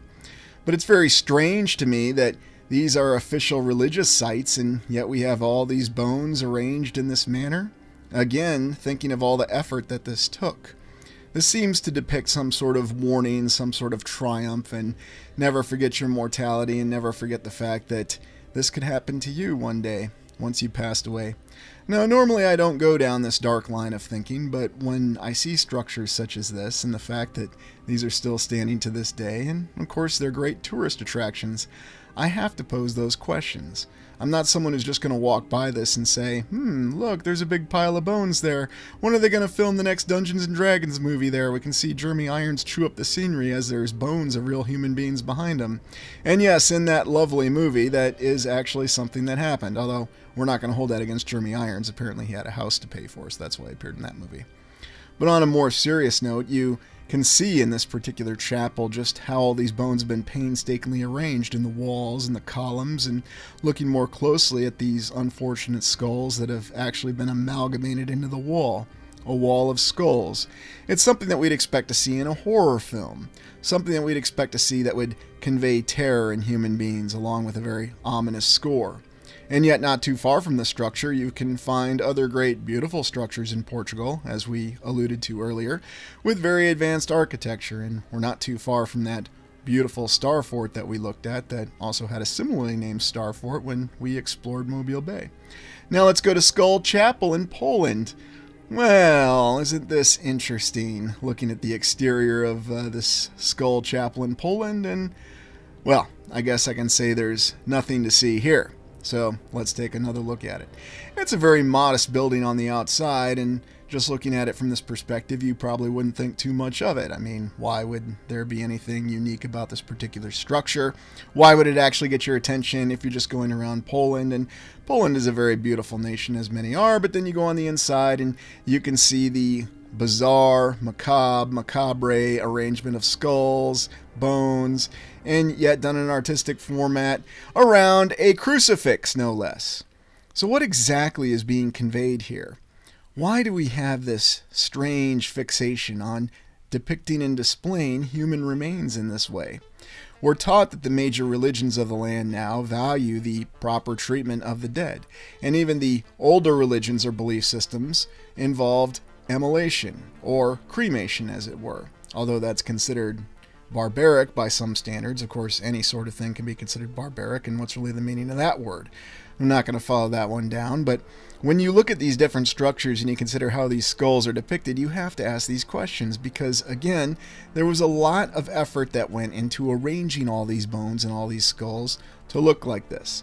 And I find it even more disturbing that this is done in buildings that we're told are religious. So again, this gives us more conflicting accounts. Do we have actual spiritual beliefs where we truly value the welfare of human beings? Or is that just something that we say and then we do something else, which is something we come across every day? And of course, you'll probably say, well, it's just a normal contradiction because that's how human beings are. Yes, human beings are supposed to reflect their spiritual strength, but then they're supposed to be reminded of their material mortality. And therefore, depicting bones like this in a painstaking manner, and just imagine all the effort that went into this, and even more strange, having all these bones arranged around these angelic figures. It's almost the true contradiction that you see in some of these structures. And yet I suspect that these structures remain, and keep in mind we've looked at catacombs before, and we will be looking at catacombs here in a little bit, but these are all structures that are above ground. And these are all chapels and ossuaries and what have you that are depicting bones in this way as a warning, as a reminder, as what happened to those who obviously were not to persist. Now let's go to the Paris catacombs where we have the remains of 6 million people. This is one of the many entryways, and you can see that there's a lot of unique aspects to Paris. Yes, we have Paris on the exploration list coming up pretty soon. And the catacombs of Paris are supposedly well documented and mapped, although I suspect that we probably haven't seen 5 to 10% of everything that's actually mapped. Who knows how extensive a lot of these catacombs actually are. But the Paris catacombs are extremely well known, and yet when you actually go around the catacombs, you see many bizarre displays within them. Odd models and odd mock-ups of strange structures. For some reason, this one reminds me of the structure at the end of the film The Ninth Gate, if you ever saw that one with Johnny Depp. And here we see the same arrangement of all these skulls and bones. Now keep in mind, we're informed that there's 6 million individuals whose sets of bones line these catacombs in Paris. But I wonder if that's not a vast underestimation of the actual number of bones. And yet you see other displays such as this that give you the impression there's something else going on in these catacombs, that there's some sort of very bizarre and horrific tale that's being conveyed. It's not just the arrangement of the bones, but it's almost as though this is a reminder of a previous civilization that was completely destroyed, and that every single individual in that civilization, we are now looking at their remains. At least those whose remains actually survive to this day, because if we look at some of the forces that we saw that were clearly applied on other remaining structures and what they did to them, we have to wonder what those same forces would have done to human bones. Would there even be anything left, or would it just simply be completely reduced to dust, or even less? And yet here in these Paris catacombs, you can see these strange arrangements of skulls and bones, and consider all the effort and time that was put into this. And of course, we'll have the usual hand-wave story that it was monks and it was members of the church trying to be respectful to all of these deceased individuals by arranging their bones in a format, and in a nice format and a pattern around a cross, such as we see in this image, because that's just completely normal. And indeed, all of us are certainly guilty, and yes, I'll use that word directly, of going around on trips, and I've done it myself. I'm not above it, and I'm not going to judge anybody else, but guilty of simply going through sites like this and not being fully aware of the implications of it. What does it really mean when you're going across bones like this? Now, we have some people, such as Native Americans, who are very expressive about how they respect their tombs, and we can certainly respect that. Yet in these catacombs in Paris, we supposedly have strange figures such as this, with this individual who seems to be passing through the wall. What exactly is this all about? Let me know what you think in the comments. But back to the topic of actual consideration for the dead, How can we say we have any consideration for them when we just simply walk through these catacombs and we treat it as a tourist attraction? Or we're on our motorcycle riding with our best friend and we stop in the Czech Republic to take a look at these arrangement of bones. Quick, pose for your picture, smile. Never mind the fact that you're lined up to 100, 200 people whose lives are not remembered. And I also find that rather disturbing when people want to tell me that our explorations don't respect the original builders of the buildings that we look at. But then those same people are all about gallivanting around these piles of bones and not thinking twice of it. And that's probably the most disturbing aspect of it all because, again, that's not necessarily something that you can hold individuals directly accountable for if they're not aware, because we have a society that says, yes, it's perfectly okay to go walking amongst these bones and posing with them for pictures and make sure that they're kept clean and they're kept in their proper formats and arrangements to show their artistic appeal. I'm just going to be very honest. I find the whole concept of bones being depicted like this for artistic appeal disturbing beyond the ability of words to convey. And I find it more disturbing that we continue to use these Paris catacombs as a tourist attraction and these other ossuaries that we've looked at as a tourist attraction. Let's take a look at Skull Tower in Serbia.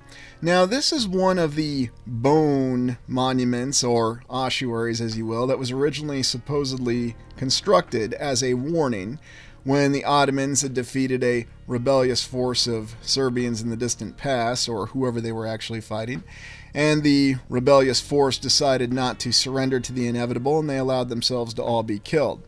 So since they couldn't be impaled, as was the tradition at the time, the Ottoman commander simply decided to have their bones put in this rather bizarre tower. If that is indeed what happened, although I sincerely question all these accounts, because if they were already dead, what is this going to show and what's this going to prove? It's really strange. It seems to be yet another structure that matches the other structures that we've looked at, where once again we have skulls on display to remind us of human mortality. And it's also a very bizarre display that we could really say is simply a trophy. And that's really what I think we're looking at with all these ossuaries, these towers, these chapels. We're looking at a true commemoration of what remained of the previous civilization. We are looking at their remains in every single one of these.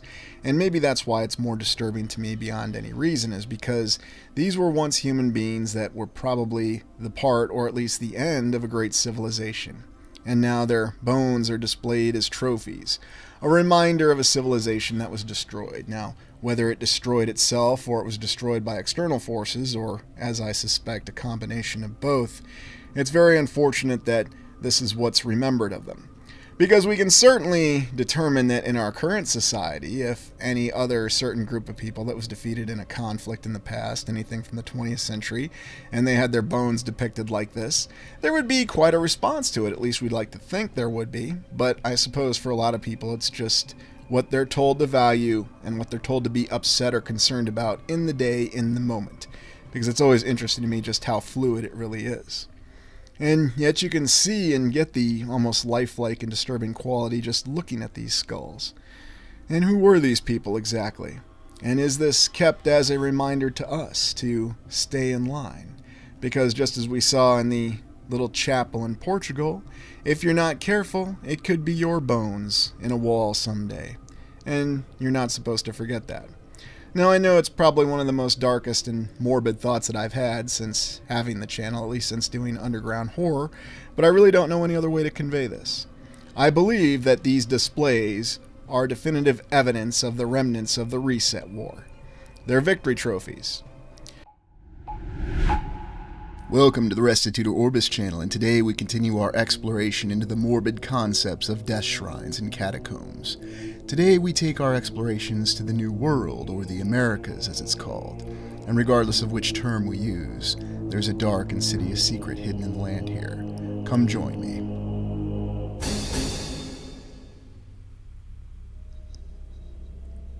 The pre-Columbian era is a hand-wave term used by historians to describe the entire period of the Americas prior to its discovery of Columbus, or by Columbus, in 1492.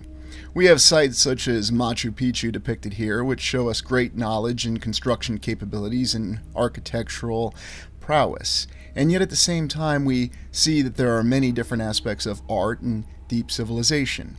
Now they have different names for the civilizations that existed in the Americas that persisted after Columbus discovered America, after that hand wave period. And we're told that they were civilizations that were capable of great architectural achievements, and yet they were committed to the concept of human sacrifice. Unlike the human sacrifice that we saw in Europe, which they called the Inquisition. Of course, that was not sacrifice. Those were people who were judged against the goodwill of the church. Whatever the reasons, we have an account that these civilizations engaged in human sacrifice. Now, whatever the truth or fallacy behind them, we see many morbid concepts of people being taken away from their homes and killed, and the reason we're told they were killed is simply to appease the gods or the deities that the civilization worshipped. In many ways, it's actually quite similar to the Inquisition.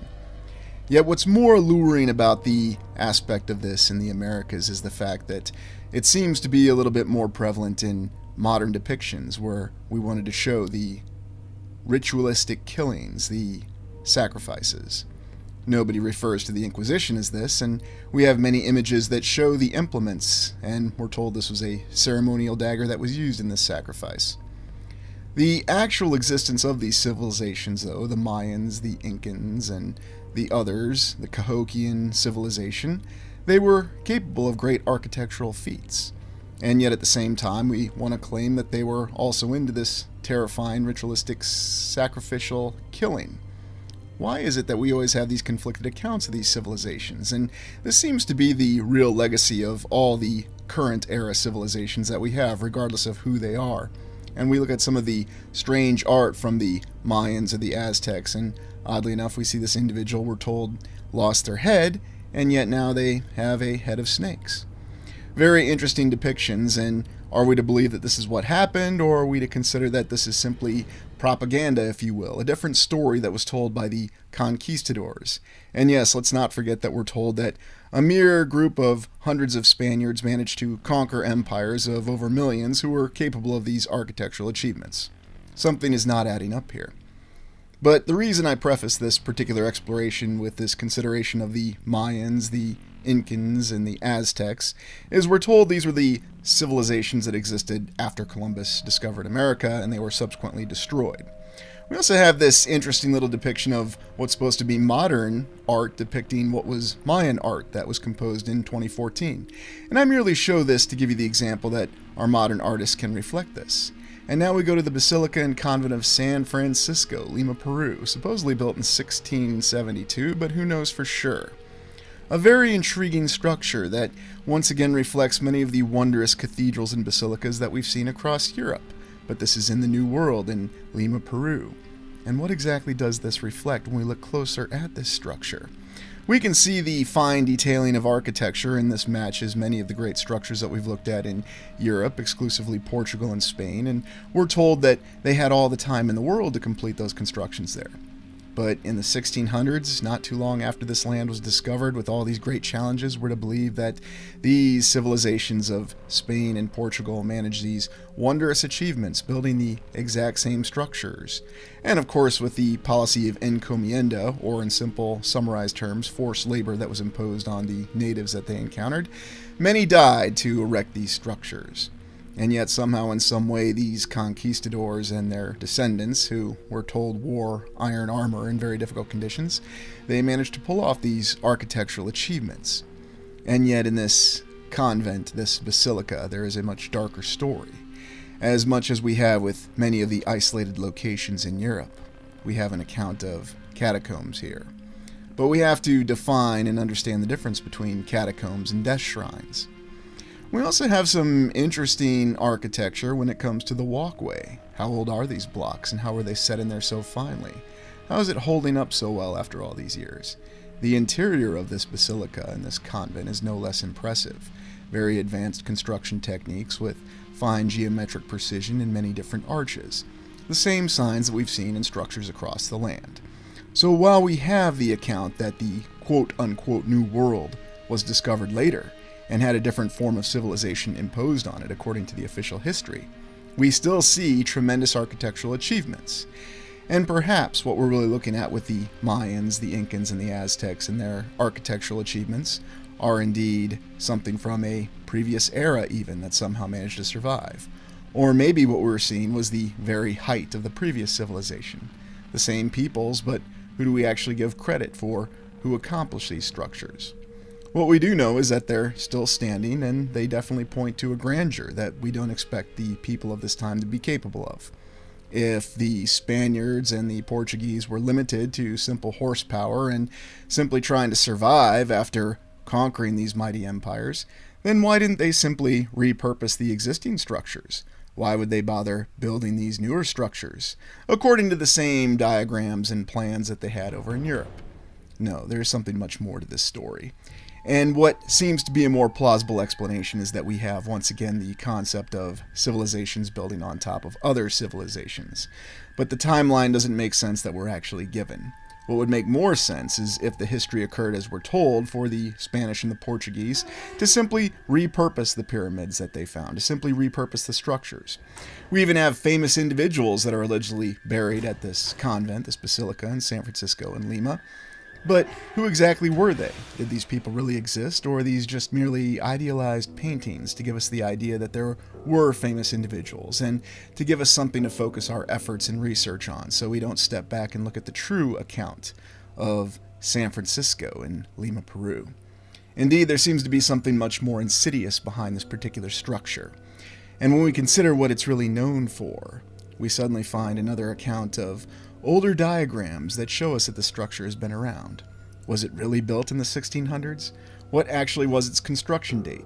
Even the architectural style they tell us that it was inspired by is a conflicting account. But what is so incredible about this particular structure? We have what's very clearly a structure we'd expect to find in Europe, in Peru. And it does have catacombs.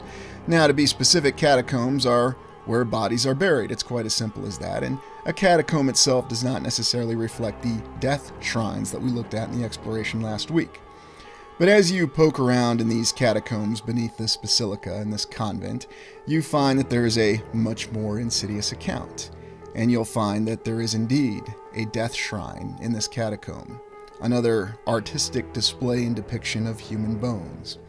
And many questions were asked in other explorations, including the one last week, about the origin of these bones. What kind of effort had to be put into actually creating this death shrine? These bones all had to be completely cleaned off of human flesh and the remnants of the deceased. And then they also had to be arranged in these very morbid displays. And again, who actually puts the time and effort to do this? And according to the official history, we have all these monks and these other individuals who devote their time and their effort to establish these. And even in more recent accounts, we just have random carpenters and artists with a more morbid styling who decided to arrange the skeletons and the remains of human beings from the past in this very morbid display. But once again, we know what we're looking at. We're looking at a display of human trophies that for whatever reason, the people of this civilization were exterminated. Now, in this particular account of South America and Peru, it would perhaps make more sense that the Spanish and or the Portuguese simply wish to display the remnants of the natives. The problem is we have the exact same thing being done over in Europe. And it's also in many other locations across the land where we have these very morbid human displays, or these human trophies. And even in this more insidious image where it looks as though these unfortunate individuals were put in some sort of close containment, and yet the bones were stacked. What exactly is going on with all this? Again, it seems to be a reflection, a warning of what happens to those who do not adhere to the authority and the power at the time. And whatever the actual account, I find it hard to believe that any sort of legitimate human religion would accept anybody stacking and displaying bones in this manner, in a very morbid and artistic display. And yet this is exactly what we have. And we do see this in many other forms of fiction, where the stacking of bones in this manner is considered very inhuman. It's considered something that is very disgusting and perverse. And yet I'm sure there's no shortage of individuals on social media who, if they see these sites, will simply ask you the question, well, what's strange about that?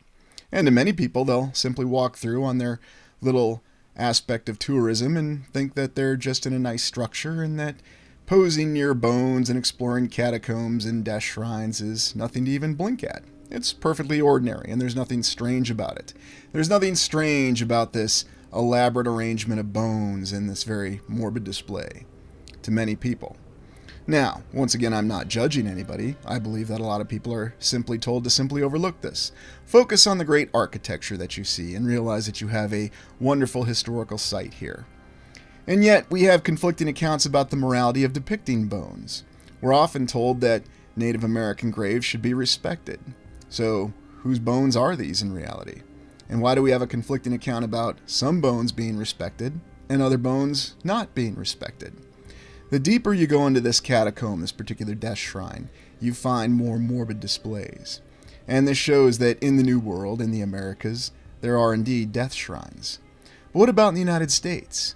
There are many catacombs in the United States, more than are generally known, but there are no actual death shrines. In other words, there's no bodies that are really displayed anymore. But we have no shortage of what we're told are catacombs. Now, a lot of times we could explain them as simply being tunnels. We have tunnels under every major city in the United States. And indeed, virtually every capital complex of a state capital, every federal building, every star fort has a very intricate and well-documented, I love using those terminologies, network of catacombs that run underneath them. Now, oftentimes they'll tell us it's merely an underground city. We have underground cities in Seattle, Atlanta, and many other locations that we've explored in the past. And yet at the same time, they do officially acknowledge that these are catacombs. You can take a tour of the catacombs underneath New York City, and you can find other connecting tunnels. But it begs the question, why are there no bodies? Why are there no death shrines? The official explanation will be given is that because the United States is so new, apparently a little newer than what we just looked at down in South America, that they didn't prefer to use catacombs, even though we're then told in a conflicting account that, yes, these are catacombs. These are supposedly tunnels that are underneath the Iowa State Capitol. I can confirm that there's some of them. And if you look in the account of Des Moines, the capital of the state of Iowa, there are numerous rumors and indications of a vast series of catacombs that were found off of the riverbed.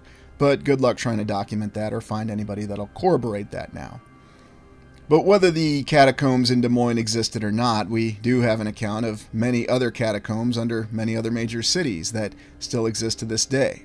And indeed, we did explore some of the catacombs underneath Indianapolis and Tomlinson Hall, where we had that lovely story of that pigeon that dropped a cigarette, and that caused Tomlinson Hall to burn to the ground. Fortunately, the structure and the catacombs beneath were unaffected by the fire, so it seems as though there is a location that could survive a fire.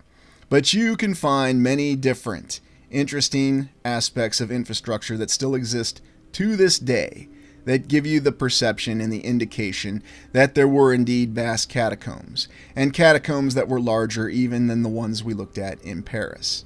And here, looking at the imagery of Tomlinson Hall, we're supposed to believe that this structure simply was burned down. Yes, of course, because the fine pillars of the structure were actually made of wood, and there are many people that simply accept that explanation. I do not. I find it rather absurd, but everyone can come to their own conclusions. I'm simply presenting what we're told and what we see with Tomlinson Hall in Indianapolis. And the reason that this comes to mind is that because of the fact that once Tomlinson Hall burned down, the only thing that's left underneath it are the catacombs. No bodies to be found. But you'll have conflicting accounts on that. There are bodies that are actually hidden beneath the catacombs in Indianapolis. There are other morbid displays that are still alluded to. And interestingly enough, we do have conflicting accounts again from the United States within these catacombs. Was this merely a foundation? Was this a tunnel system? Was this some remnant of the previous civilization that survived? Or could there be a much more insidious explanation for why we find no death shrines or displays of bodies within these vast catacombs? It's very strange that we're told these are catacombs, though. So it's as though someone wants to give us the impression that, yes, death did occur in the United States, but it's simply explained by the fact that this was how they decided to dispose of remains. And in the United States, we're told that they have a much more greater focus on having the dead buried above ground, or at least within the ground, and then within crypts that are above ground. But then at the same time, everywhere you go, you'll find these tunnel systems. You'll find these crypts that are underground, within the ground. You'll find the remains of great underground cities beneath the aforementioned Seattle and Atlanta. So it seems to be conflicting accounts. It's as though we're supposed to be confused about what's really going on in these catacombs. And yet we find one of the most alluring and insidious mysteries so far that we've come across in this alternative research that we've done on this channel. It seems as though these catacombs are more extensive, but no death shrines. Why? Perhaps it's because we weren't supposed to ever see the remains of the human beings that were actually in these catacombs. And whatever bodies that we have in them now are something that have been placed there more recently. And why is that? What is the alluring mystery behind why we were not supposed to see the bones within these particular catacombs? We have many different conflicting accounts in the past of different types of human beings that resided specifically in what is today the United States, Canada, and northern Mexico. Now, can we be certain as to the geographic range of these different types of human beings, or is this just a legend, a myth, or a rumor? All could be true, but we do have numerous clues and numerous indications. There's also extensive cave systems that are more extensive in the United States than in many other locations. Again, even in Iowa, we have a very vast cave network, the Makokata Caves, but it's not just Iowa. You can go to Missouri, you can go to New Mexico, you can go to Kentucky, and you'll find some of the largest cave systems in the known land. And oddly enough, many of these cave systems are well developed, with developed concrete walks in them that we're supposed to believe were constructed by the WPA in the United States because there was nothing better to do during the Great Depression, or whatever silly account we have of how the infrastructure within these caves or these tunnels was actually established. And yet it points to something that's being kept from us. It points to an insidious secret that we're not supposed to know. What happened to the bodies in these catacombs? There was a reason not to display the bones in the death shrines in the United States. It seems as though we weren't supposed to see them. And why is that? Because if we actually saw the remains of these human beings, or perhaps this entirely different group of human beings, we might have uncomfortable questions about it. It might not be so easy to explain. For example, we have the well-documented concept of elongated skulls. Now, there are many different explanations that are given to us about why some human beings have elongated skulls, and yet in many different artwork and many different depictions from different civilizations, we do see the concept of the elongated skull.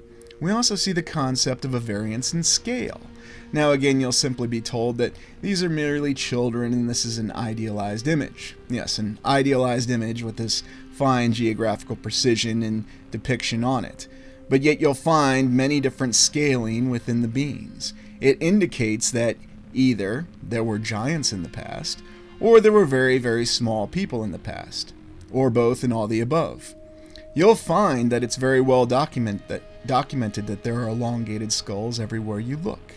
And there's explanations for it. Like I've said, it was simply a mark of society. It was something that was imposed on the people to give them that sign of nobility, or you'll have other explanations. It was some sort of genetic abnormality. Just look to the science and it will come up with any great explanation. It sort of reminds me of how they look to the science to provide technobabble to get themselves out of any difficult situation in the more recent Star Trek series. But it seems to be that there are more documented cases that we just simply can't ignore. And there are multiple sources and multiple indications, not just from our current mainstream science, but also from our religious texts and other histories that we have, that give us the indication that there were different sorts of beings in the past. And it's not something that we can ignore. And so if we take that conclusion and we apply it to why we have vast empty catacombs in the United States, then suddenly we have to consider the question, along with all the rumors that we have, were there different sorts of beings in the distant past that were in these catacombs? Or is it some other conclusion? Is it some other secret that there was something terrible that happened to these beings in the United States? Why is there something that seems to come up about our focus on the United States? Is it because the particular geographical area has different rumors associated with it? Or is it because that in the plan for the layout of the civilization of the Fifth Era, our current era, there was a special purpose behind the United States? What's the United States tend to be used as right now? Well, it is the primary military power in the current world or order of the land. But why are there so many strange secrets? Why is it we have all these expectations and perceptions in the United States about the limitations of building capabilities, the rapid rise of the civilization, and then of course back to the catacombs. There's also the rumor of giant sets of bones in many different locations across the United States. And while we've only touched on the concept of giant human beings, there are rumors. Now, oftentimes they're dismissed, and the very same scientific figures of authority will tell us that it's simply impossible. It is physically impossible for large human beings to exist in the past. But 65 million years ago, it was completely possible for megafauna such as dinosaurs to exist and roam the land. It was a very different environment, and that may all be true. But why do we have all these different examples in many different sources that depict completely different kinds of human beings? It seems to be there's more to this, and we can also point to a discovery in Atacama of the Atacama skeleton in a desert in Chile.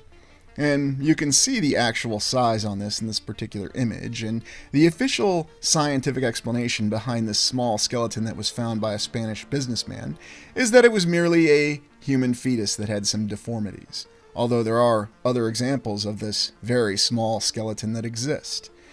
Now, you can certainly accept the scientific explanation that that's exactly what this is. This was an unfortunate human fetus that was mummified, and maybe we're not even looking at the real, actual, authentic skeleton.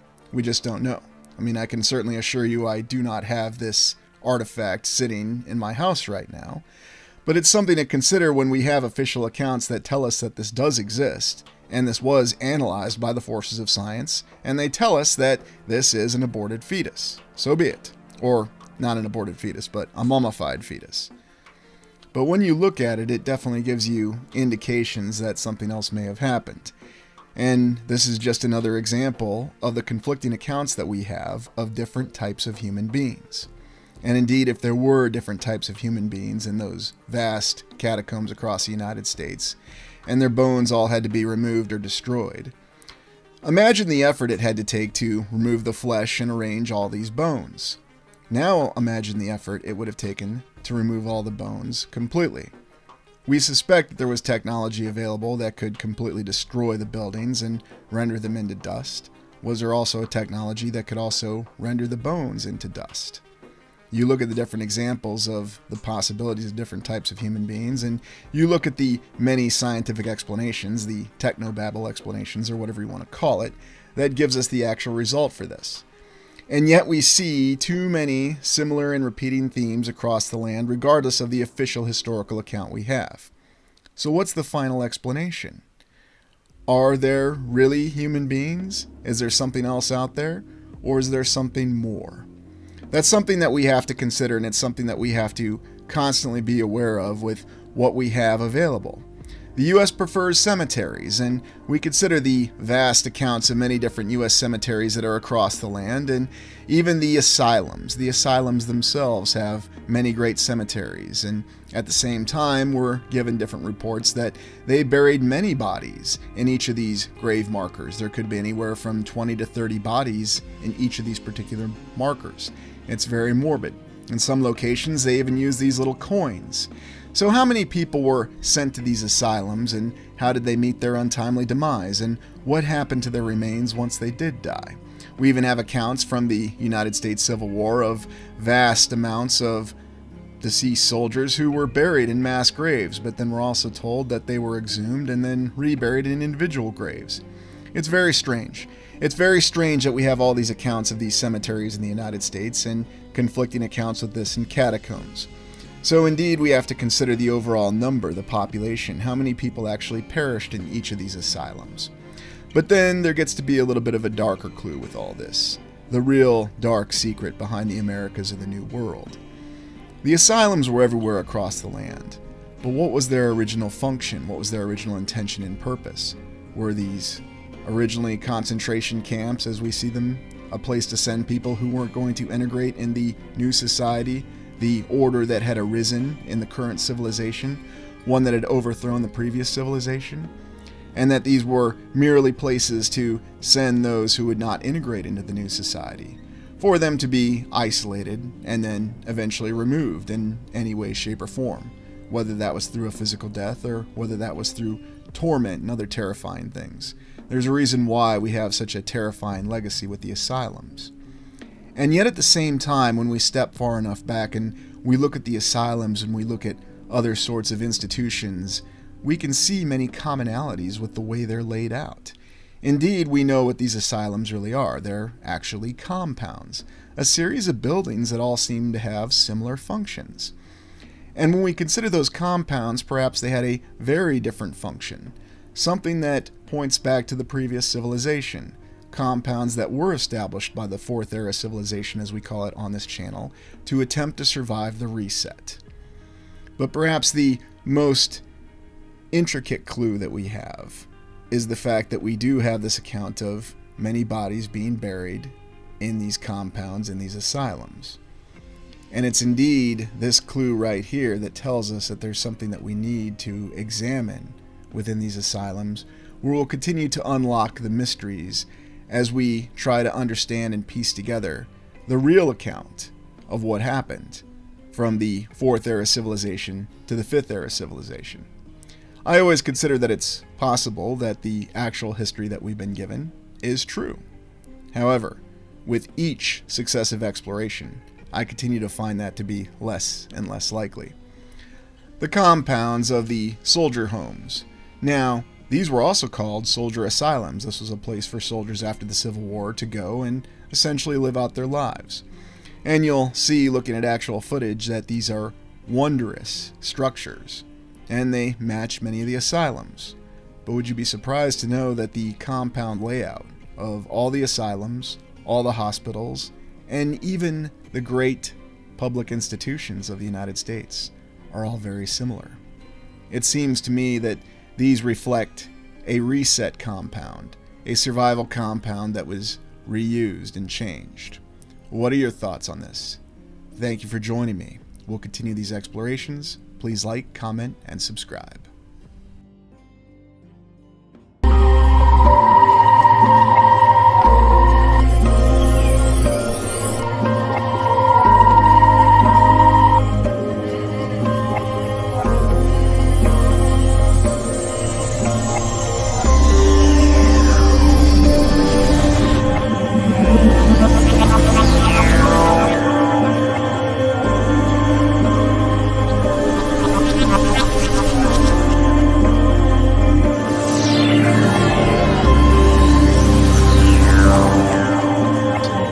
Well, for the example, I'm going to use Hive City from Warhammer 40K or Warhammer 40,000. And for those of you who aren't familiar with it, Warhammer 40,000 was a tabletop miniature war game from 1987. It's very popular, namely because it's science fantasy, not to be confused with science fiction, and it's been quite popular back in the days when Battletech was a thing. So, you had the miniatures, you'd roll the dice, and that's how the game went, much like Battletech. They've since evolved into video games and quite a lot of lore behind it. In any event, how does this come and how does this connect to the old world in Tartaria? The question that I've been asked many times is, well, if you're looking at all these great, amazing cities that existed in the past, was there a different dynamic to them? Were they always these cities that existed in balance? Or was there a time that these cities actually had more of a, how shall we say, dystopian nature? Could there have been a time, the dark times, or when the civilization was collapsing, that these cities weren't so wondrous and they existed in balance? That actually they decayed and fell into places that were quite terrifying to live in. And that's where we get our title, Hive City Horror. We're going to look at what that horror could look like, and we're going to examine it from the Warhammer 40K concept. Now, if you're not familiar with Warhammer 40K, I will admit, it's really a compilation of many different science fiction tropes and other stories, but it's done with a bit of class, the way it's mixed together, and they also don't have any limitations on it, so it makes it very interesting.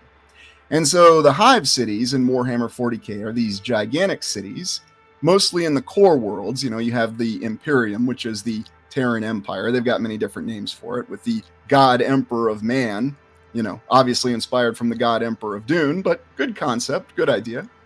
And these cities were originally, during the height of the Empire, wonderful places to live because they had systems that they could live within balance. And as time went on, when the Imperium of Man, as they call it in the game, went through the so-called Age of Strife, when things started to fall apart, and yes, I will admit the lore of 40K may be worth exploring in the near future, then all of a sudden the technology to maintain these cities in balance decayed and collapsed. And then these cities became very terrifying places to live. So let's look at some examples of what these cities may look like. And you notice in this initial image, this is what you have. Basically, this pile, if you will, of a city with a spire on the top of it and a base. But what's it really look like? What's it really mean? Here's another image of it, another rendering of what one of these Hive cities could look like. And what we have from the Warhammer 40K lore, which very likely matches what likely really happened in the distant past in previous civilizations. And no, I don't just think it's the 4th era that had Hive cities. It could have gone all the way back to the 1st era for all we know. But in any event, they lost their ability to exist in balance, and the capacity of these cities to exist with that delicate balance, in other words, getting rid of their waste and managing what I like to say is that delicate balance with the natural environment, like we see with the Star Forts. People always ask me what I mean by that. Well, it's the ability to exist in balance with your natural environment. You're taking the resources that you need, you have the ability to sustain yourself, and then you're not creating waste. Yes, there is something to that thought. It's not just a plug line.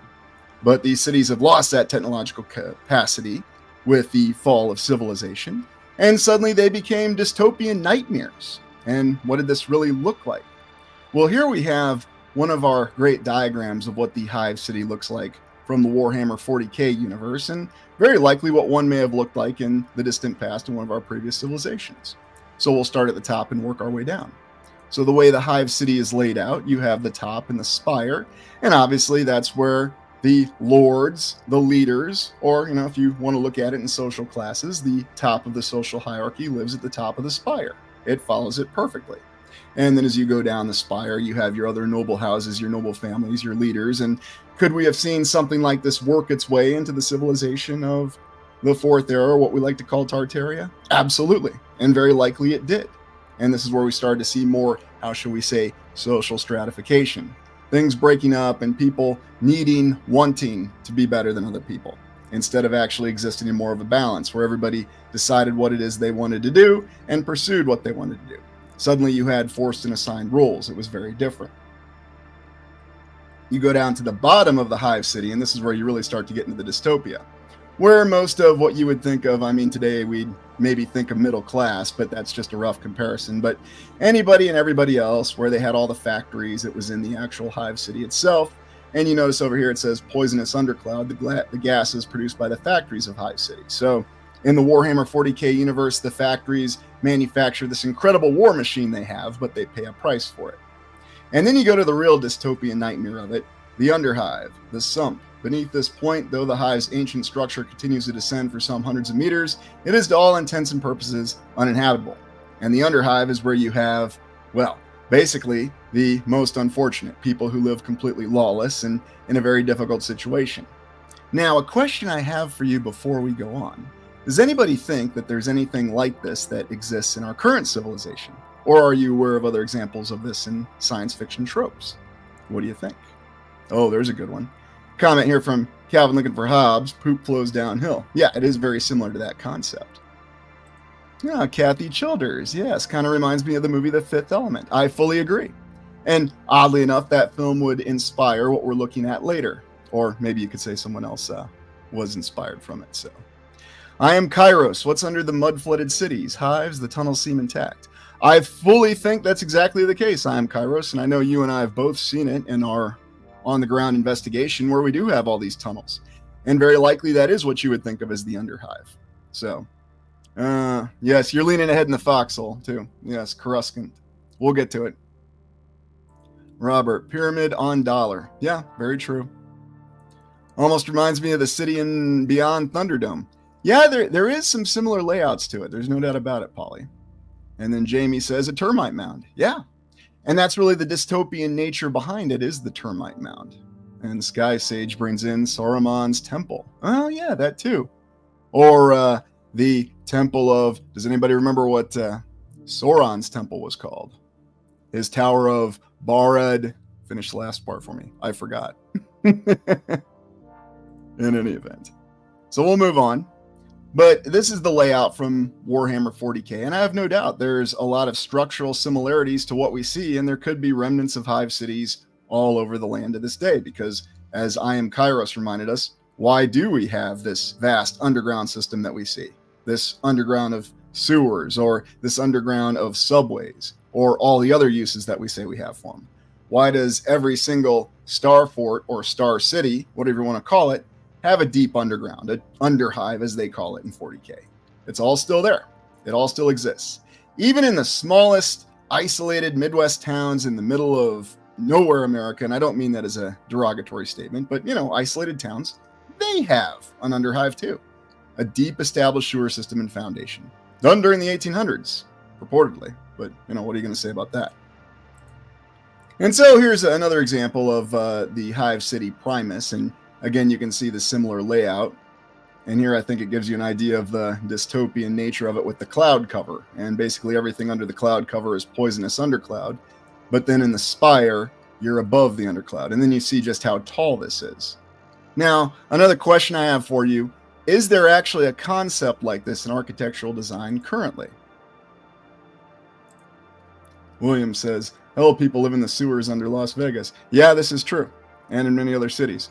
And don't forget, they had the Punisher doing it, at least in the original Punisher film with Dolph Lundgren. Very true. Yeah, exactly. And, Polly, when he says, hence the larger numbers of the lower classes, it's all in that same fashion. You see it in the way the city's laid out. You have more area in the underlevels for the underclasses. Tommy, clearly conditions above ground at some point wasn't too conducive for us a lot for some reasons. Yeah, I think we could say that for sure. I think there's a lot of indicators of that was very much the situation. But what I'm trying to determine, especially with our explorations, were the people forced underground by conditions, or were they deceived into going underground? Or was it some combination of the two? There were conditions forcing them underground, but then the corrupted authorities that remained, especially in the last civilization, they managed to use some of their machinations and their authoritarian nature that they developed to get people to go underground. It's a great question. Hey, Fairy Girl, good to see you. Yeah, I've missed him too, so. People are all in Genova, Italy, the place where I live. Yeah, that's true. I mean, it's all over the land. It's not confined to any one nation or any one city. You can find examples of it everywhere. So, did the movie Metropolis show this? Yes, absolutely it did. I Am Kairos. You're right. That's where they went underground and we saw the heart of the machine and the apparition, or very real image of Moloch. Yes, great example there. Atom Bomb.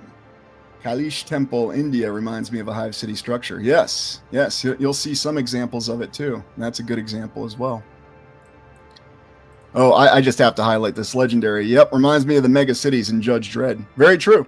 And that's exactly what the mega cities are. And whether they follow this shape or not, it's still the same concept. You have a city that may or may operate off the grid, and you have a city that suddenly loses its ability to balance itself, and it becomes a very dystopian and horrific place to live. Polly says, I am the law. It's I am the law. Let me make sure I say it the way Stallone did. But all right, moving on. So here's another example, and here you see this diagram, and they show you another hive city, the Cathedral of the Emperor's Light, which of course is at the higher levels, the cloud cover. Colored regions indicate local house factional influence, so someone put some thought into this, and this is where I'll give a lot of credit for the development, the fleshing out, if you will, of the Warhammer 40k universe. Geothermal heat sink, mission of the Holy Martyr, waste outlet sump, and of course as you go further down, the worse it gets. Now, what are some other images that we have of this? And they really put a lot of thought into this, and if you do your own research, you'll find that they have really laid out what these hive cities can look like. And if you think about a lot of the other images that we've looked at for what cities may have looked like in the distant past, it tends to match this in a lot of ways. You see cities that look like this, you see them in the distant past. Some of the cities that we have that were purported to be from what we think of as the Babylonian times, of course, we have a different perspective on it. They have this layout to them.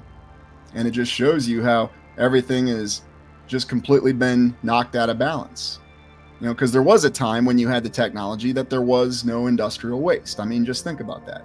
How does the nature of a city change if it's laid out properly? If you have the population able to interface properly and you're able to make use of everything that you have, as opposed to having a lot of waste, which is, to this day, let's be honest, what cities are notorious for. And so these are the things that we look at with these hive cities. Yeah, Bad Wolf says yesterday's past is tomorrow's future. And might really well be onto that. And as we go a little further into this exploration, I do have some examples of that. So, in any event. Brett, so the U.S. is a giant hive city?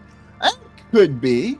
Although it depends how you want to look at it. Do you look at the megalopolis on the East Coast as one giant hive city? Going all the way from Baltimore down, or depending where you want to start it. If you want to start it at Boston and then, work your way down to DC. I don't know. There's different ways to look at it. The entire metro areas, but I don't think the entire U.S. is yet. But does it have the potential to be? Oh, sure. And going back to Judge Dredd and the megacity concepts, you better believe it. Who is the queen of the hive city? Yeah, great question there. Hey, Vaughn, good to see you.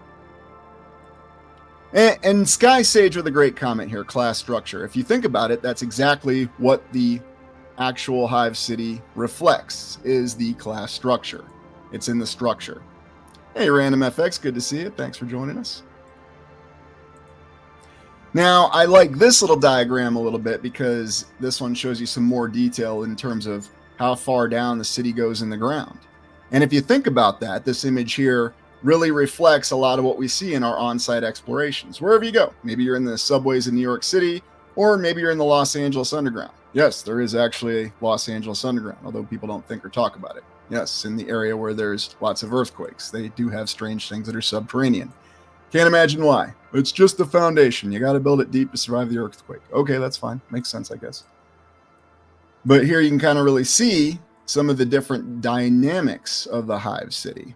You can see where the cloud cover is, and you can see how the social status really reflects the layout of the city itself. And of course, Imperial First Chapter House, and that just sounds like something they would do. And in some of the images I have shown, especially going all the way back to the original Tartaria Before the Reset video from last summer, you might recall that when things were starting to fall apart, I did intentionally select those images that showed more of the hive city nature, where you had a population that was starting to turn on itself. You had a corrupted authority that was, for whatever reason, starting to use the population against itself as well. Now, we could argue if we still see those same habits to this day. I'm sure it's a matter of contentious debate, but it is interesting thinking about where it all started. And if you think about how it all started in the layout of your cities. Now, have we seen a similar thing with the more modern layout of our cities? And I'm not just talking about the United States, although it's an obvious example, but cities anywhere in the land. What do you think? Do we see things being reflected in the society based on the layout of the city? It's all good. You got here, and I appreciate it. Ah, yes, and they sure love to bandy about that term, don't they? The good old 15-minute city, or whatever fancy term that you have for it. Although you might be surprised to know that the layout that we're talking about has actually been around a lot longer before we ever heard the time city concept. So, Paulie says often the rich people live in the hills or the Hamptons. Yeah, and that's really looking more at the two-dimensional breakdown of cities these days. Very, very true. Probably more like Stargate SG-1 than Warhammer 40K. Yeah, maybe. I mean, who knows what really happened in the past? It could be completely off on all this, but we do have indications that there are foundations that are still there across the land that could have reflected much larger and greater cities than we can begin to imagine. Feels like the Atlantis concept. Yeah, it does, doesn't it? Oh, look at that. I am Kairos, Mont Saint-Michel in France. Yes, one of my favorites to look at. And that's exactly what it looks like. It's the exact same layout. Now, of course, we're told it's a monastery, but think about this. What if Mont Saint-Michel in France was actually a smaller city that was structured to survive? There's a lot of indicators for that, and it does come up a lot. Let's take a look at some more visual examples that we have. So Some wonderful artwork on this and some of these concepts. Now, you don't have to think of the Hive City as the traditional pyramid narrative or the pyramid image. You could really see a Hive City that looks more like a traditional city with a lot of different spires in it, or a lot of different towers. Indeed, that's what we tend to see when we think about the Judge Dredd type of cities. They have a lot of large towers that are isolated, especially the most recent version of Judge Dredd, which I think was a great movie, but for whatever reason didn't really get pushed too much. Yes, I actually like the movie that came out in the 21st century. It's not that odd, the one with Carl Urban. But in any event, you can see, though, that the same principle does apply with the concept of vertical living, and then building the social classes where the higher social classes live at the higher altitudes, because that's where the clean air is, and who wants to live on the surface where it's all crowded and difficult? And no, sorry, there's no segue that's going to make urban transit a lot easier down at the ground level. And if anybody knows what I'm referring to there, I'd be very impressed. Polly, or perhaps a place like Petra, really don't know how deep, far down it went. Petra is very interesting in and of itself. Not exactly sure what it is. I'm Kairos. I wouldn't be surprised if some volcanoes are melted structures. I think there's a lot of likelihood that they may be, and I think there's also mountains and hills out there that give that indication as well. Okay, Brian, I just have to mention this one. Hive City 90210. Nice. Yeah. Just look out. We might get that in due time. CFH90, Deer and Kuyu. Yes, we've explored that a year ago. Edinburgh Vaults. Edinburgh Vaults. Let me make sure I say that right. Don't want the Scots coming after me again. All examples of underground hives. Denver Airport is a modern example. Oh, great one. Yeah, there's all kinds of crazy stuff going on with Denver Airport. Might just have to see if I can get away with doing an exploration of that. I mean, I know that it seems to be one of those things that's supposed to get our attention, but there is some interesting symbolism that appears in that airport. So, great examples. Well, if you go to the Denver airport, there's an entire subterranean component. In fact, the entire airport was designed to be built deep in the ground, much as like we're talking about with these underhives of these cities. So, yeah, Cynthia says it very well. I mean, everything about the airport's wild, so it's definitely something that we could look at. A vertical version of today's current lateral version. Are the elite assessing beyond the 60 parallel somewhere? Who knows? Who knows what they're really assessing? You know, and maybe it's what we think of the 60th parallel, but maybe it's something else completely. I don't know if anybody saw what happened to the video on Friday, but it didn't survive long. So maybe there's a completely different dimension to our physical reality than we realize, and we're just not supposed to talk about it. But in any event, and Paulie, they even had cattle and animal stock down there in Malta. Yes. And there's lots of signs on Malta, too. They got some of the most elaborate star forts out there in that island in the Mediterranean. It did have great strategic value during World War II. But so moving on. Now, here we have the example of a ruined hive city, or what the ruins might look like if you're after the reset and what would have happened to it. Now, there's no shortage of channels and programs that have talked about life after people. You know, they were really big about 10, 15 years ago. You saw a lot of them. Maybe I'm missing the date a little bit. But how long would it have taken for these artificial structures to be reclaimed by natural forces? And who knows what really happened to the reset? You know, was it plasma fire? Were certain areas targeted? Were certain areas destroyed? Is there a reason why the larger hive cities might have been utterly annihilated, but the smaller ones, like Mont Saint-Michel, that I am Kairos referred to earlier, the one in France, maybe there's a reason why it survived. And indeed, if you look at a lot of those isolated monasteries, they have that similar layout. They just seem like smaller hive cities, if you will. So maybe there was something behind the design and the layout, and it was a lot more practical and prevalent than we like to realize. But I also think about, you know, some of the examples of the cities that we saw in Lord of the Rings. I mean, you get a little bit of a vibe like that if you're looking at a ruined hive city. Thoughts on that, on what may still be out there? Oh yeah, termite mounds, beyond any shadow of a doubt, Random FX. And it's a great way to look at it too. And that's really what you have happening to human beings is suddenly they're becoming termites and living like, I don't want to say it, but like an animal, not like human beings anymore, not connecting with everybody. What we do every day is controlled. The layout of the city controls our actions. It controls our daily activities. Atom bomb. Emerald City may be considered a hive city symbolically.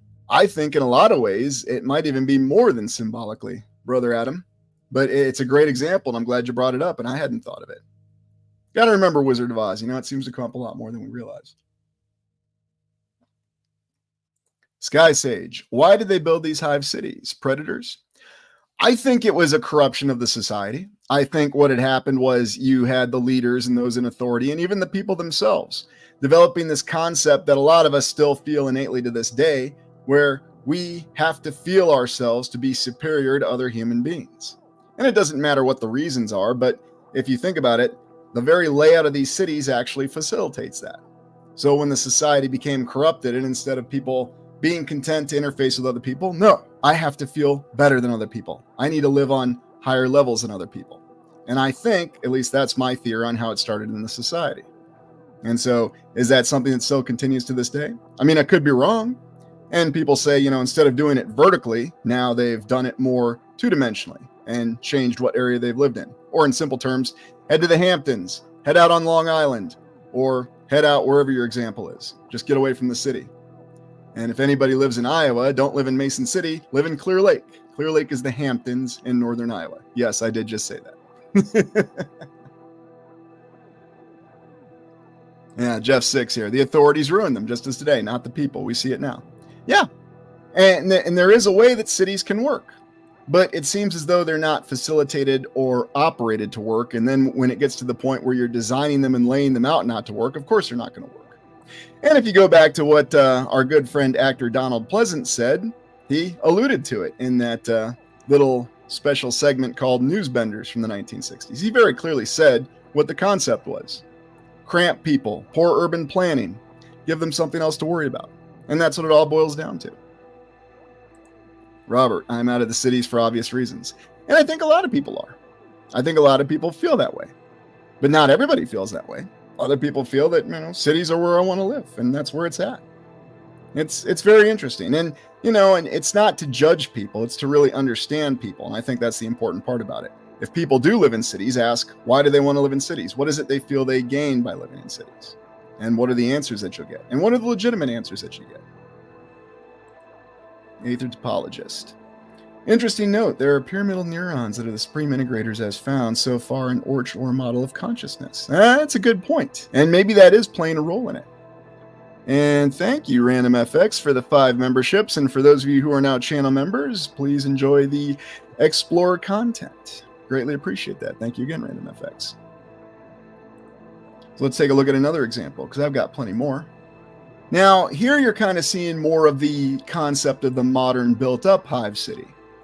And yet we kind of see some reflections of some of the dystopian nature in this. I mean, it doesn't really have the beauty that we're used to seeing in the older structures, the old world structures. And I'll just relay this. I had somebody who emailed me out of the blue earlier this week and was trying to convince me that, well, in China, they can build mighty structures in cities, and therefore they can compare to the capabilities of the old world. So how can you believe in the old world? Well, yes, they can. Not going to deprive China the credit of what they're doing, but they're building modern cities. And you might notice that if you actually assess, the geographical precision, the geometrical precision in the individual structures, but then also analyze the quality of construction materials. There's no comparison.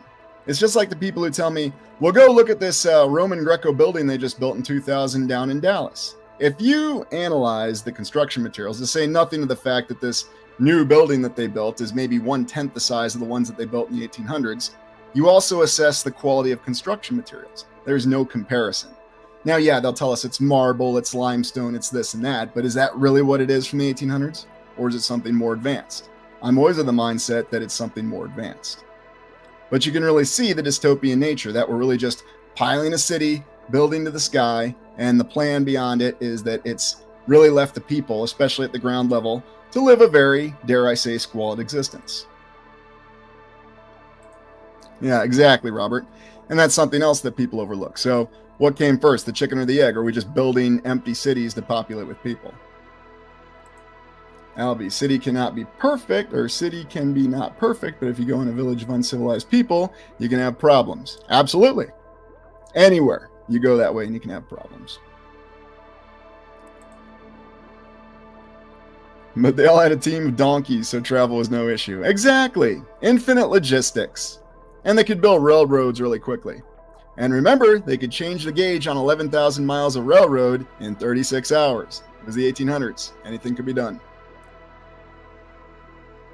So in any event, Kathy, that's why I left Louisville, Kentucky. Yeah, and that it seems to be the vibe I get from a lot of people that I know.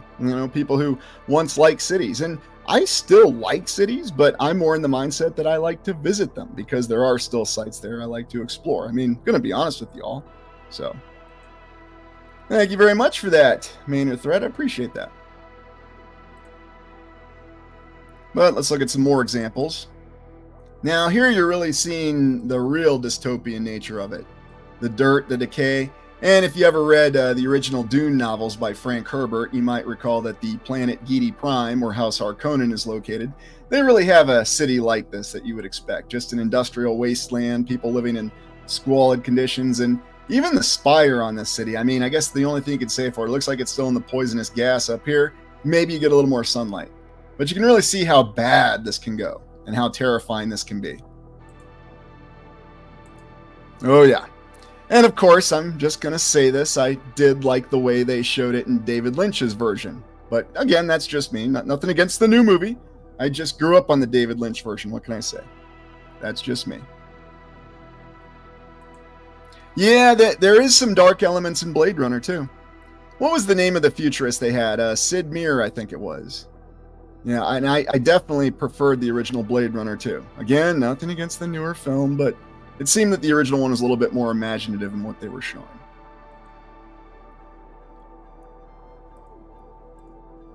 Now, here you could probably see what it may have started out as being, because I like this image. It shows some of the more old world structures in it. And indeed, we've actually seen a lot of these structures in our explorations. Many of them still exist today across the land. You can find examples of what you're seeing in this image.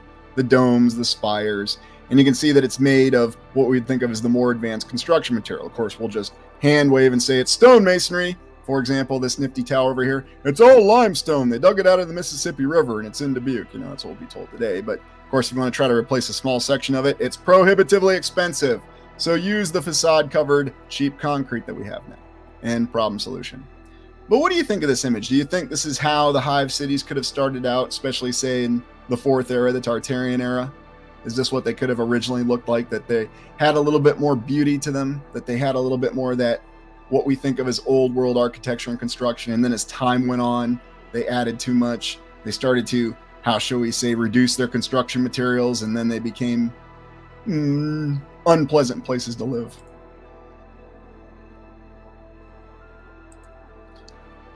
Looks like a city from the Battle in the Chronicles of Riddick. Oh, yes. Yeah, that was a pretty decent one, so. Oh, yeah. Columbia is in the clouds in BioShock Infinite. Oh, yeah, BioShock. That one always comes up, too. Yeah, and they very likely did, Cynthia. And who knows, it might have happened very quickly, too. Didn't really get a lot of warning.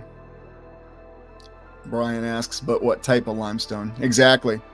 And is it any kind of limestone that you could find anywhere? I mean, maybe remnants of it. But, as we've always speculated, they seem to have some capacity, whether you want to say it's through some precise engineering, some ability of alchemical processes that we don't understand. I know it becomes a bit of a term, but we just don't know what they did. They were able to produce or manufacture materials that were superior limestone. We just don't know.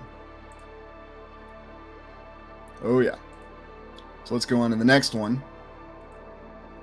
And then here you can see, as they built it up more, you can see some of the remaining old world structures, but then you can start to see other things being integrated. And then the actual beauty in the architecture being lost because, well, now you're starting to crowd it. And now you're really starting to build your genuine Hive city. And is it really hard? Is it that hard to imagine or visualize something like this happening in the past? Especially if, imagine the terror that you would have if you had a society that had greater capabilities, but then it was also more corrupted. I mean, we think about our current examples that we have today, but we have to remember there seems to be a lot of limitations in capabilities today. But imagine if you had a civilization that was corrupted in the past that didn't have those limitations. And suddenly these cities, these Hive cities, become just absolute total hellholes to live in. And not just at the surface level, but then all the way to the top in the spire. I mean, just imagine how bad that could really get. What would that really be like?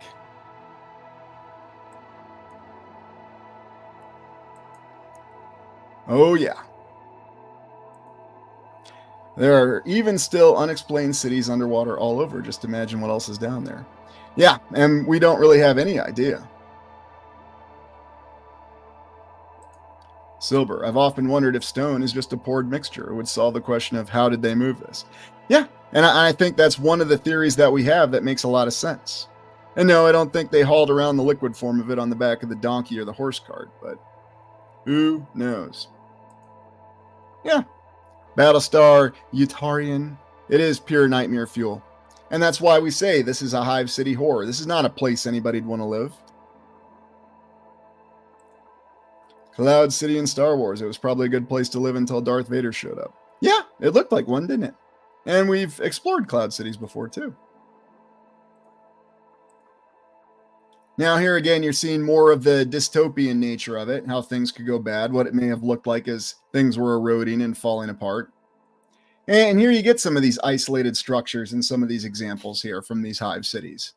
You know, an oppressive sun, a ruined biosphere, or whatever you want to think of it as, ruined climate for whatever reason because of the reset, and who knows what other basic levels of infrastructure were devastated, and then what would have happened to these places.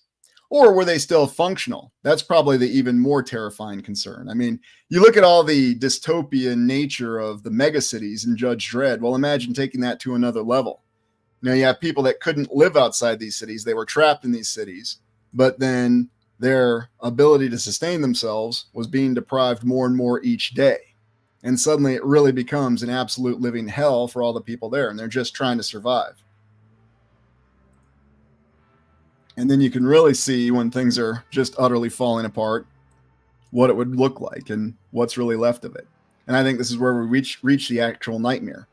And who's to say that all the accounts and all the images that we have from the time that we've told was the Dark Ages, or we're told were the Dark Ages, and now, of course, we're told it really wasn't that bad. There was a university in Bologna, and et cetera, et cetera, et cetera. So, don't think on it. But if you think about that nightmare fuel that we had from those accounts, does that make a lot more sense? You have these roving bands of people that are trying to survive. They're trapped in these horrifying cities, and things are just falling apart. Suddenly, it really does seem like the Dark Ages. It seems like it's something much worse. Yeah, and Chassis, being an empath, it all sounds like a nightmare to me. Fully agree. You don't really have any control over your individual life. You don't really have anything that you're living for. Way too many Vaders and Stormtroopers. Yeah, it does give that impression, doesn't it? Old World Billy Goat. What does Mr. Sagan say about Hive cities? I'll have to look into that a little bit more. One thing I remember Mr. Sagan saying about cities was that they could be destroyed very quickly in a lazy afternoon in a nuclear exchange. He didn't really offer a lot of opinion on cities, interestingly enough. Just that in antiquity, cities were bad because they practiced slavery. So, anyways, I'll have to look into that more. And then you can see some other examples of what they may have looked like. Some that are integrated a little bit more in the terrain, so maybe they showed a little bit more technological promise initially, or maybe they didn't. How many were there and where were they laid out? And the other thing we have to remember is that the layout of the land might not be the same. I mean, we do have accounts that the continents, as we think of them, were different in the past. Of course, mainstream science tells us it was very different. It was a long time ago. Millions, hundreds of millions, or billions of years. But maybe it wasn't that long ago. Maybe it wasn't that long ago at all. And then this last image here, and I think this is probably a great image to finish looking at what these Hive cities can look like in the speculation fashion. You can actually see some of the neoclassical architecture integrated into the Great Spires. And so you can really see how the technology is just overlapping. Some of it's regressed, some of it's advanced. You have a little bit of hope in it, but then you just see that it's completely lost in this complete and terrifying mixture of architectural styles. Now I ask you, is that what we have going on in our modern cities today? Do you have this unbelievable mix of clashing and conflicting architectural styles? Why is it that the official history tells us that there were so many different architectural styles from 1850 to 1930, And then after that, brutalist and postmodern, and that's that. I mean, is there a reason behind it, or is it just a remarkable coincidence? What are your thoughts? Metropolis. Good one, Isabella. So true. Steampunk, Wild West fighting to survive. Aha. Good one, Robert. Atom bomb, from Pangea to total separation of continents. And who knows exactly what happened? There might be some truth to that account.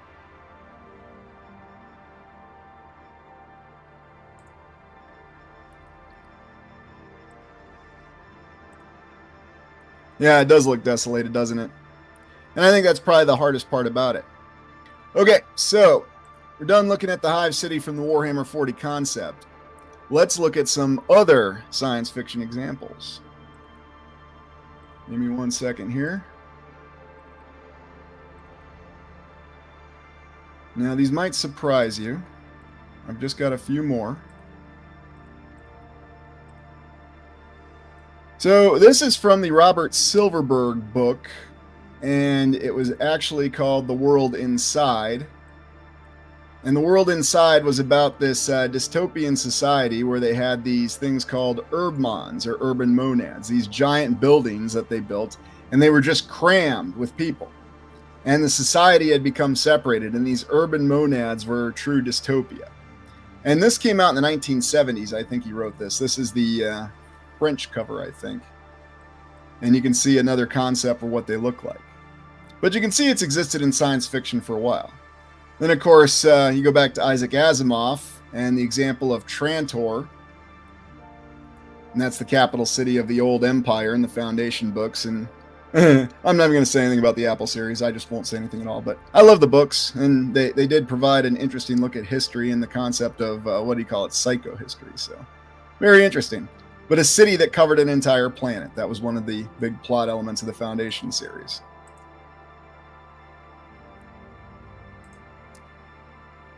Oh, yeah. And there were a lot of great writers that covered it and had their own ideas. And, and that's what really inspired other people to write about it. Yeah, and so the sad thing about Silverberg is he gets overlooked quite a bit. But, yeah, he had a lot of great ideas and really had it in a lot of his books. And then here's another cover from it. I think this is probably one of the best covers because this really just gives you an idea of what it looks like. All they're doing is they're building these large urban monads. And that's kind of the concept of the Hive City. I mean, they still have farms, but the societies are completely separated. It's a very interesting novel. I can certainly recommend it. Oops, hold on before we get to that. So the ruins of Trantor. I think this was a artwork that was done once the empire fell. So a Ecumenopolis, a city that takes an entire planet, as if that's, at least that's what they said for the science fiction concept. But just imagine a city covering the land. That's not dystopian. I don't know what is. And then, of course, our favorite planet, Crescent, Star Wars, where a certain Star Wars creator was motivated and inspired by works that came before, such as The Fifth Element and Trantor, inspired or, Anyways. But yeah, did that seem like a nice place to live? Planet that was covered by a city? Yeah, there you go. So much of the plot took place there in the prequels, didn't it? Hey, but now, I'm not going to go any further with that. Got to stop. So, anyway, these are all examples of Hive City. So whether it's Warhammer 40K or other science fiction concepts, there's no shortage of it. It's long been thought of.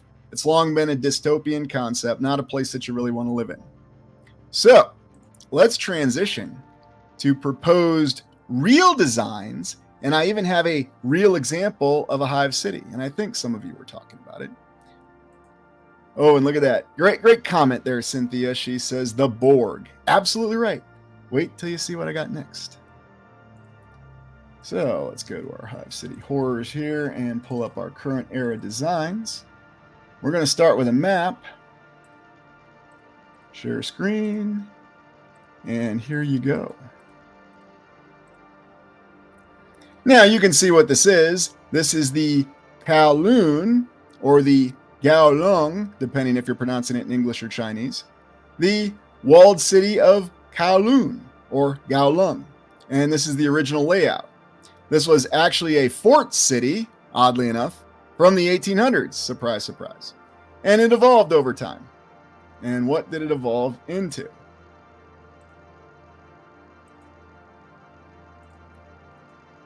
And here you can see the layout of it. And this became, how shall we say, very complicated and difficult to navigate urban terrain. And you can see how things started to change. Now, of course, traditionally they would call this, I don't want to say slum, but really an urban sprawl is probably the term they would say in the 70s. But as time went on, it became this. And this is an aerial image. And by the way, if anybody's seen the film Bloodsport, you know, Jean-Claude Van Damme's probably his best film, and written by Frank Dukes. No, we're not going to talk about the authenticity of Frank Dukes. That's a video in and of itself. But they did actually film scenes in the walled city of Kowloon. Kowloon or Kowloon, however you want to pronounce it. What do you think of this aerial imagery here?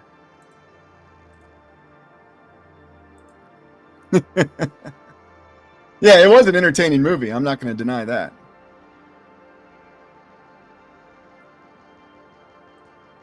Kathy there. Ugh. And do you think that we could be looking at the remnants of a Hive city, or at least the bare bones remnants of it? I mean, does this look like a place you'd really want to live or be? Oh, yeah, a fascinating place. And there are several films beyond Bloodsport that you can watch. It can actually show you what the interior looked like. Because you know what happened to this. They did tear this down in the 1990s, despite this surviving for a long period of time. And let's take a look at some more images of it. So yeah, this just gives you a better idea. I mean, complex urban sprawl. That's about the only way I can say this. And, you know, you can see the vehicles nearby. And it just gives you an idea of scale. Now, I know there's diagrams of this, but I don't think diagrams really allow you to appreciate just how cramped the population is really living in this place. I mean, this has all the hallmarks of compressed living. Living on top of people, having multiple tenements within a single room, one bathroom for hundreds of people. I mean, you think about that. The very nature of the worst elements of the Hive city, and you do have an example of it. Now, it has since been torn down in the 1990s, but it did endure. So what was it really? Was it just some sort of urban aberration? I mean, that's what official history will tell us. They'll tell us it's because of the unique diplomatic arrangement between the United Kingdom and China, and that's why this happened. Nobody really wanted to do anything with it. It was right on the boundary, et cetera, et cetera, et cetera. But who in their right mind would ever let anything like this happen? It's just strange. It's another one of those strange things that's explained through political discourse. Yeah, precisely. Well, you might be right, Nikki. You might be right. It could well be. Or maybe an experiment of some sort. Yeah, that's a great point. It does not look like it belongs in our timeline. I mean, it's just out of the blue. So what's the real explanation behind it? Well, there's a good comment there. Rats would be charging rent. Yeah, no doubt. All right, well, before we go on with the rest of this, I think we'll just go ahead and take our little intermission. So before you go on intermission, please be sure you hit the like button, support the channel. Appreciate everyone being here, and I hope you're enjoying this exploration. And we'll be back in exactly 2 minutes. And don't worry, I'll put on the Monty.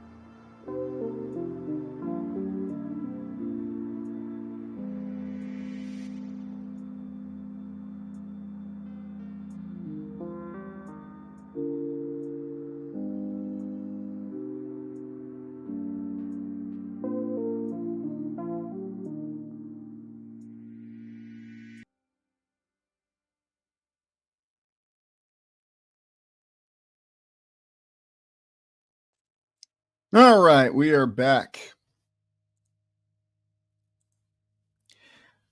And Paulie says the history of the walled city can be traced back to the Sung Dynasty when a military outpost was set up to manage the salt trade in the area. Yeah, it's funny how it always starts with a military outpost, and then when you actually try to look in the history, there's a lot of hand waving. So, such be life. Anyways,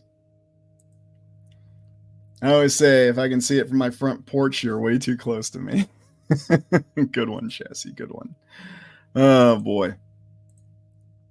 So here's a little bit of the ground photo that you can really just see. And I think this one gives you a real good idea of just how compressed everything is. Now, can you really imagine? I mean, how could they ever lay out a city or even a block like this? And they did call this a city and try to expect people to live like this. I mean, was it some sort of dystopian experiment to see what they could actually get away with cramping people together?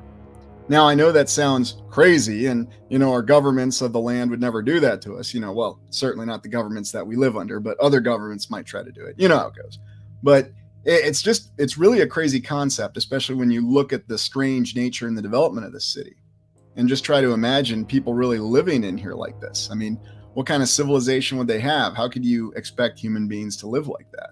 And I know I'm going dark here, but, that's the whole point of this. You can call it Hive City Horrors for no reason.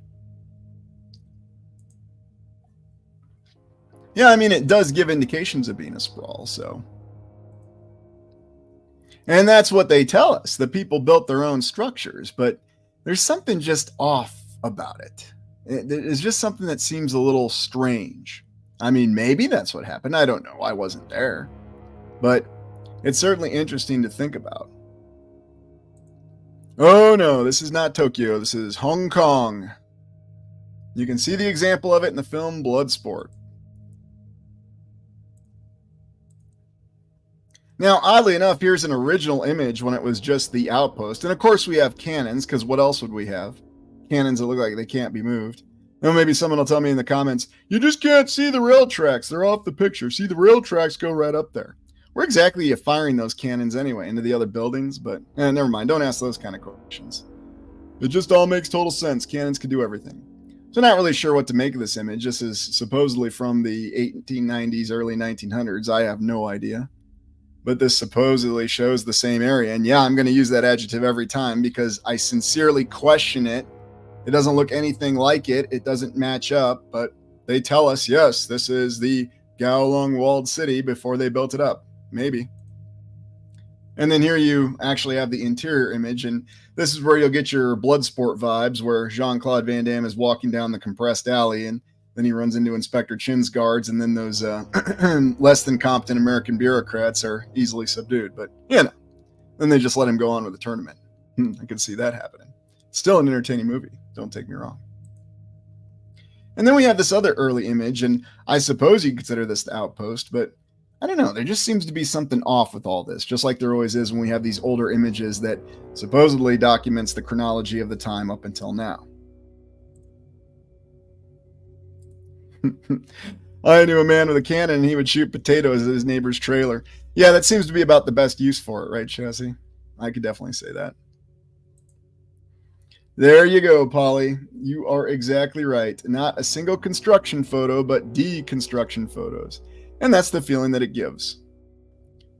And then Vaughn, photos and examples of it that are allowed to happen make it more real to us, put us in a catatonic state. So very true. Because we accept those photos as the reality, and then they become the reality, when in fact they might not be anything close to it. For all we know, this could have just been some outpost that was snapped pictures of decades later. We just don't know. So that's another reason why I'm very reluctant. Why I'm very reluctant to actually try to assign a time frame. To be honest with all of you, I'm not confident of the timeline prior to 1930. I think it gets a lot more obfuscated or confused than we like to believe. Now, I'm not denigrating other alternative researchers who say they have a timeline. It was 111 years ago, 157 years ago. Hey, that's great. I'm just saying that's the reason I'm not going to posit a guess, because I'm not confident in it. I'm really not. Marine, John B. Calhoun, Rat City experiments. Oh, yes. And there were many other experiments that were done. All right, let's move on from the Kowloon walled city. Oh, here's another image of it before they tore it down. So it just gives you a little bit of an idea of the nature and how it compared to the rest of the Hong Kong area. Let's see, a couple other films you could watch that really showcase Hong Kong well. Forced Vengeance. So yeah, it's a lot of martial arts films. Surprise, surprise. But yeah, Bloodsport actually did film from the inside of the Kowloon walled city, or the Kowloon, however you want to say it. Okay, and now I go back to Frank Herbert. And the reason I bring up Frank Herbert is he wrote this novel called The Dosadai, or the Dosadai Experiment. And the whole purpose of this, yes, of course, it's science fiction, so it talks about aliens. But this group of aliens decides to crowd, overpopulate a planet or a city, and it's all part of an experiment. And there's a lot of dynamics that go along with it. Very interesting work, especially philosophically from Frank Herbert. And the guy always had a lot of deeper ideas. You know, I think it's unfortunate that he didn't get to finish the Dune series the way he wanted to. No, I'm not denigrating his son, Brian Herbert, or Kevin J. Anderson for finishing it. At least they finished it and gave us an end to the story. I just would have liked to have seen what Frank Herbert had in mind.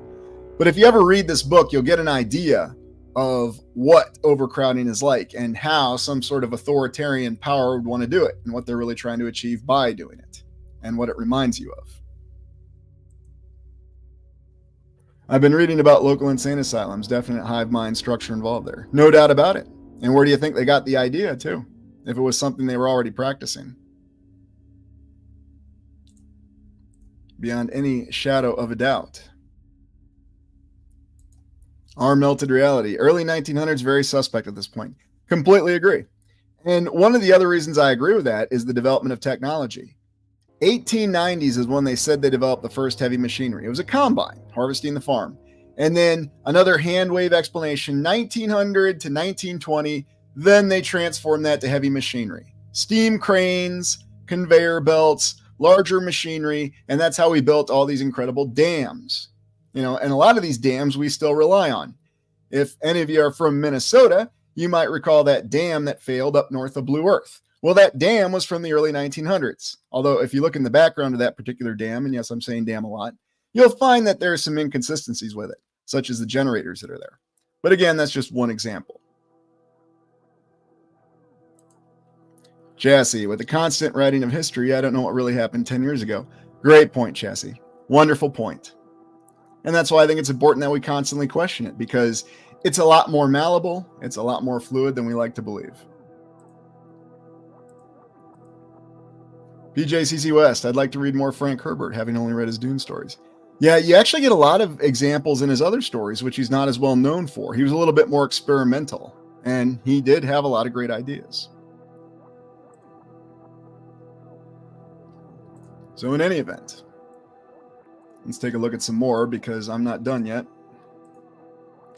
Oh, yes, and I did include this image of the Kowloon walled city because here I love the comparison here between this beautiful nature and then behind it what you have with this urban sprawl nightmare, whatever you really want to call it. You know, and there's a compassionate human side of me that really feels for the people that lived in those conditions. And then you just wonder, you know, what were the circumstances that brought them there? You know, did they have no other choice? Were they forced to? Was it some combination? Was it sort of a magnet, if you will, that drew other people? A lot of different explanations are posited for it. And yeah, it's definitely an exploration in and of itself. Okay, Exceed 4000. Is this a concept for a modern Hive city? Has anybody heard of this? Exceed 4000.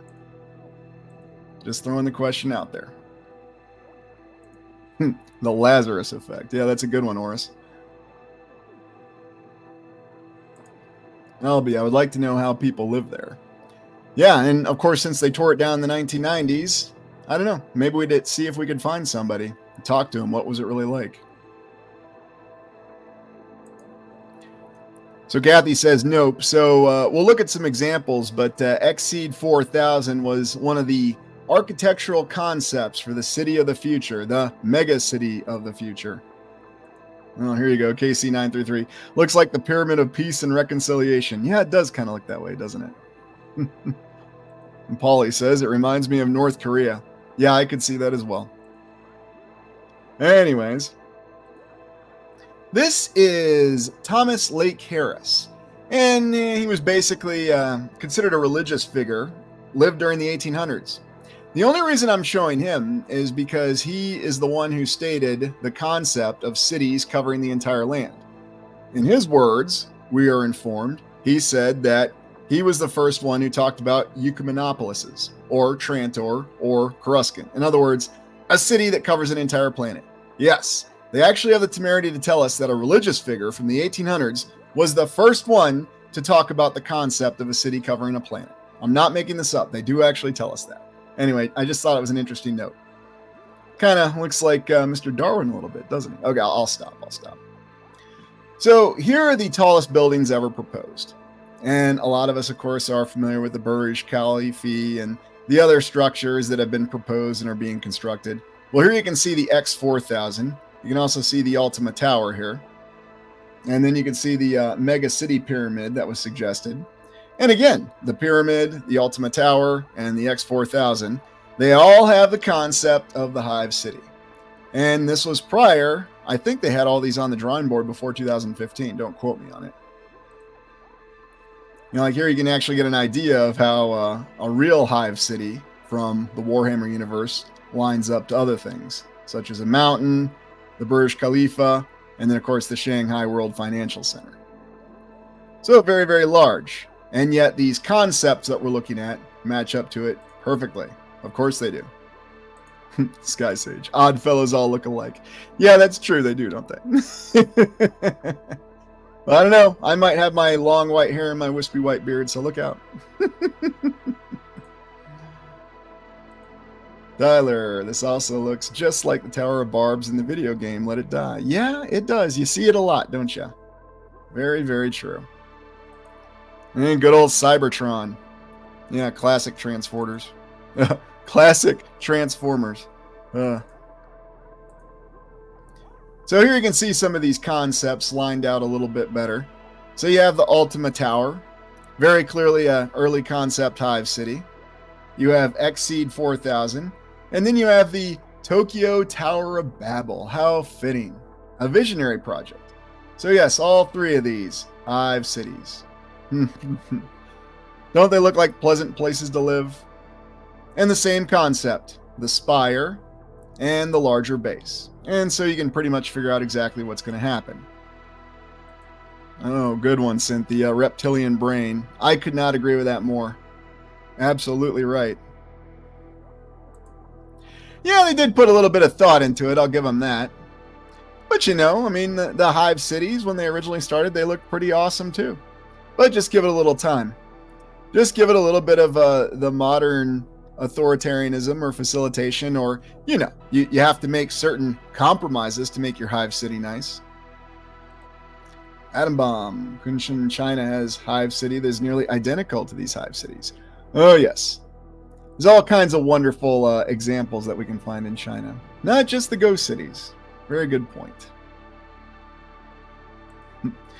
It looks like it's going to shoot out some type of laser beams. Yeah, it does definitely embrace the technological concept.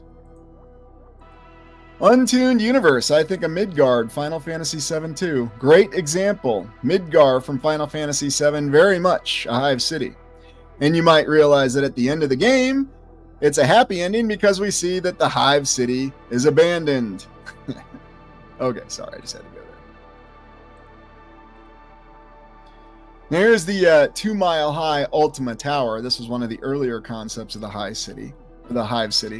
But yeah, there was a time they were genuinely looking at doing this and making this a reality. Now, here's a question I have for you.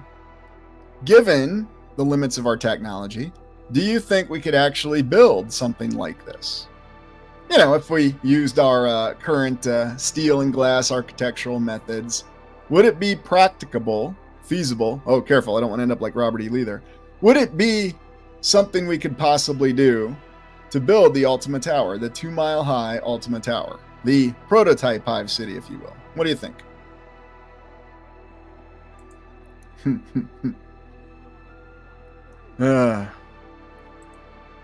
Hey, what's our real story? Oh yeah, I remember that episode. Star Trek Voyager with the reptilian race that left Earth. They had some interesting ideas on Voyager. They really did. I wanted to like Voyager more. I really did too. Monty says, I would have to have the strength and hive mentality to do it. Now, that's a good way to put it. Probably right. Oh, look at Nathan here. This is called brutalist architecture. Oh, is it ever. And of course, if you did this, you'd say it's brutalist with postmodern, because everything now is, isn't it? Perfectly imperfect. They have a tower in Korea. Yeah, they have quite a few towers in Korea, don't they? Take a closer look at that. Adam, Eiffel Tower on steroids with a facade. Yeah, and so I think they probably could do something like that if they were so inclined.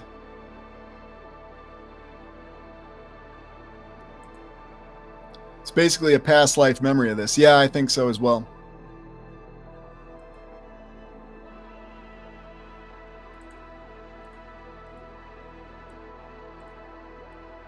And then, of course, the other example of the Exceed 4000. 13,100 feet. So, yeah, a couple miles in the sky. Not quite 3, but on its way to it.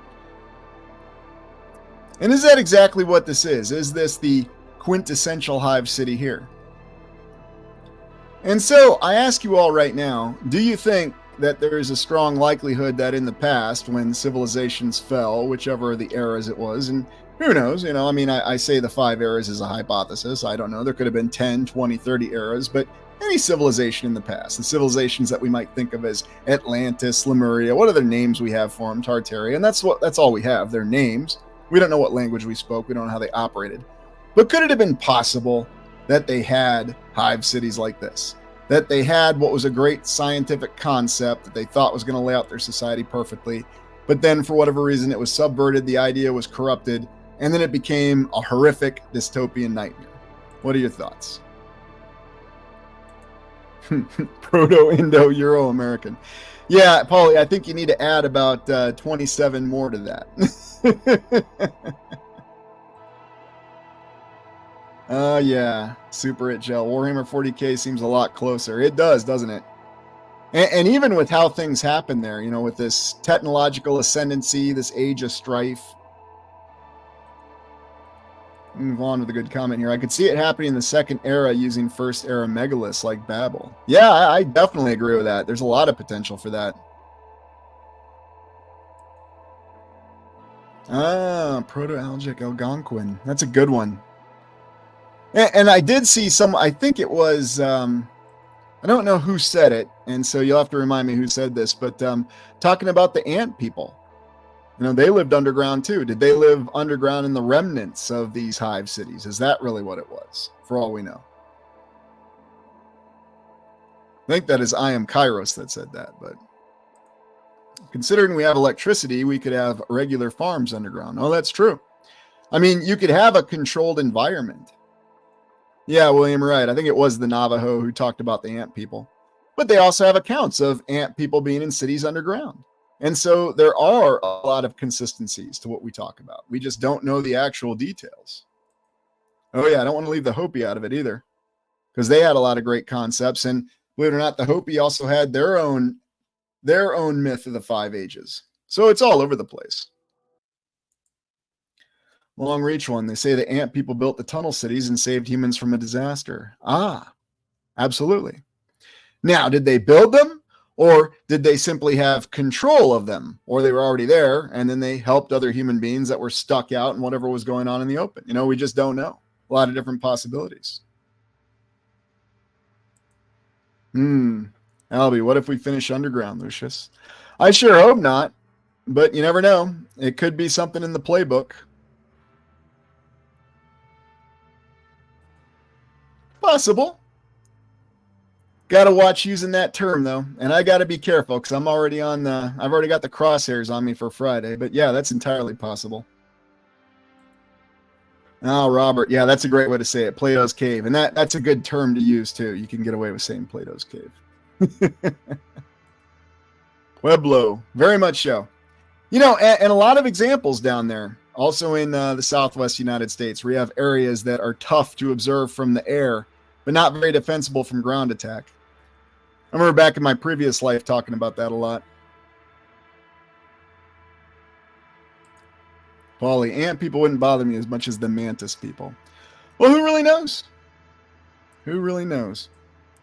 Yeah, absolutely, Nathan. We covered deer and kuhu. I know I'm not saying it properly. I'm still in the Chinese pronunciation mode, so bear with me. But yeah, over in Turkey, Anatolia, that entire area, talked about the melted cities and the underground cities. You know, and who knows how extensive that is. And that castle, Unkasar, that they try to say, oh yeah, that's a castle. That's a melted castle. But then, no, these are natural rock formations. Yeah, Turkey is very intriguing. Chassis, I wonder what the people would look like. Good question. How would they change? How would they be changed? Was that also something else that Mr. Wells was talking about when he talked about the breakdown of humanity between the Morlocks? We just don't know.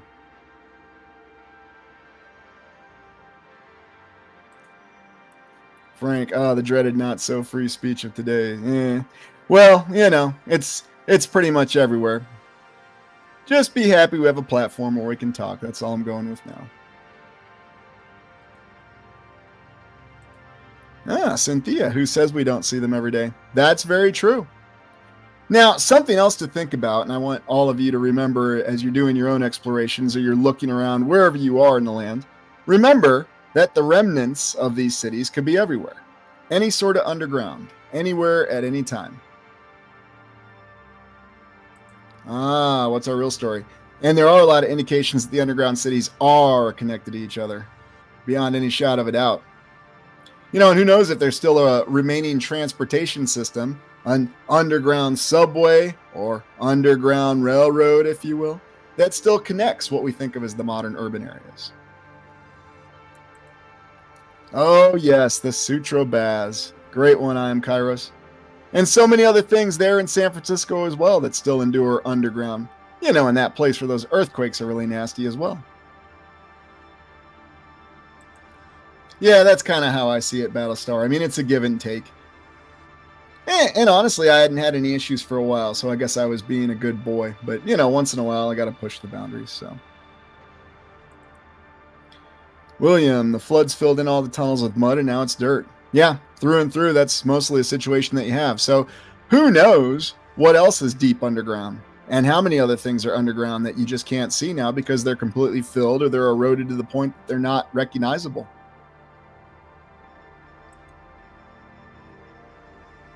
It'd be fun to talk to people who've worked in some of the underground complexes. Yeah, and a lot of them have seen some things, and they're quite intriguing. And they'll give you a lot of examples of the other things that they've seen, details that you really can't deny. Atom Bomb, my brother has driven truck routes underground for upwards of 500 miles. Yeah, the underground is a lot more extensive than we like to think, and a lot of times we just hand wave it.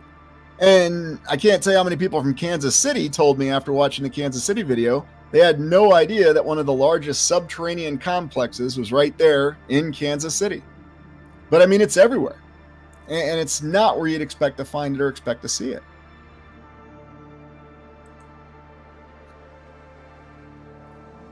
William Pals, and it also changed the geography. Yeah, no doubt about it.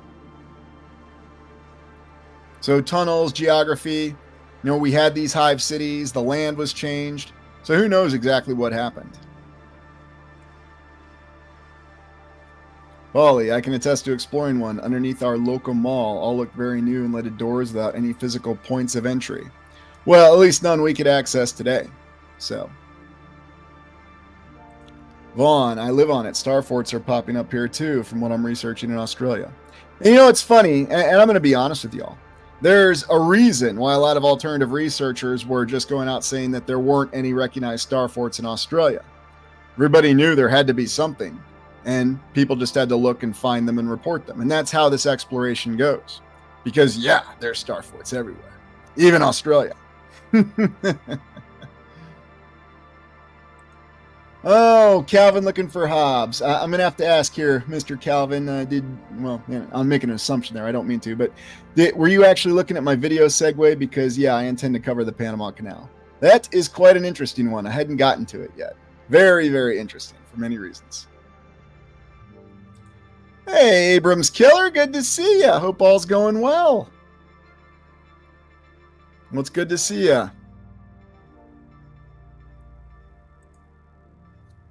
Perfectly imperfect. They use for storage, supplies, deep underground military bases, bomb shelters. Oh yeah, no doubt about it.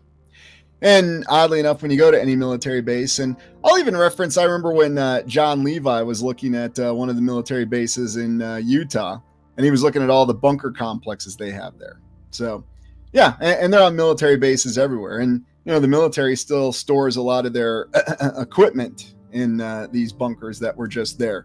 Now, sure, you could say they brought in D7 dozers and dug them out, and yeah, they'd have the capacity to do it, but there's quite a few of them. So it's something else that's very interesting. Kitsch, the Imperial Brewery has tunnels under it here in KC. They tore it down last year. Yeah, they seem to be paying a lot more attention to KC, so I guess I'm glad I got there when I did, because who knows how long a lot of this stuff is going to last. Yes, it did, and the signs were there right from the start, Robert, so... Anyway, the less I say about it, the better right now, but I'll look to come back to it. It's the second attempt I've tried to touch that topic, and I hadn't tried to touch it since the previous summer, so... For whatever reason, some topics just do that. I don't know why. Jamie, apparently there's an underground base in the Blue Mountains that had enough VX in it to kill all life on Australia. Yeah, and when they tell us things like that, I really do wonder. I remember when they said something like that about, I'm trying to remember if it was the Isle of Man or what during World War II, when they talked about that. But you have to wonder, is that really the situation or is it something else? I always wonder. I'll be asked Russell Crowe. Yeah, no doubt about it. What's he doing these days? Aside from poking Tommy Flanagan's eyes in their new movie. You know, Robert, and that's a great point. Germans had whole factories underground, and during World War II, the Soviets moved entire factories to the Urals, quite impressively, and in a very short amount of time.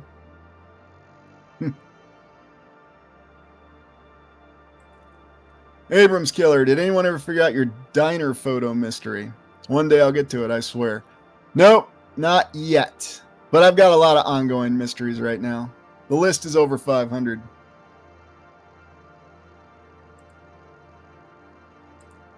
Hey, Lost and Found History Written. Good to see you too. But what's the real point behind Hive Cities in closing? A lot of questions about what happened in the past. Now, some people believe, there was a millennial reign and everything was great during this past, and maybe that's true. But maybe it's also true that other civilizations rose and fell, and Hive cities are a great example of how bad things really could have gotten. Because once again, this whole concept of being overcrowded in some sort of urban nightmare is something that endures in our collective conscience. I'm Kyra says it right here, control the masses. And there are many different ways to control the masses. Yes, fear is used a lot. Simple fear.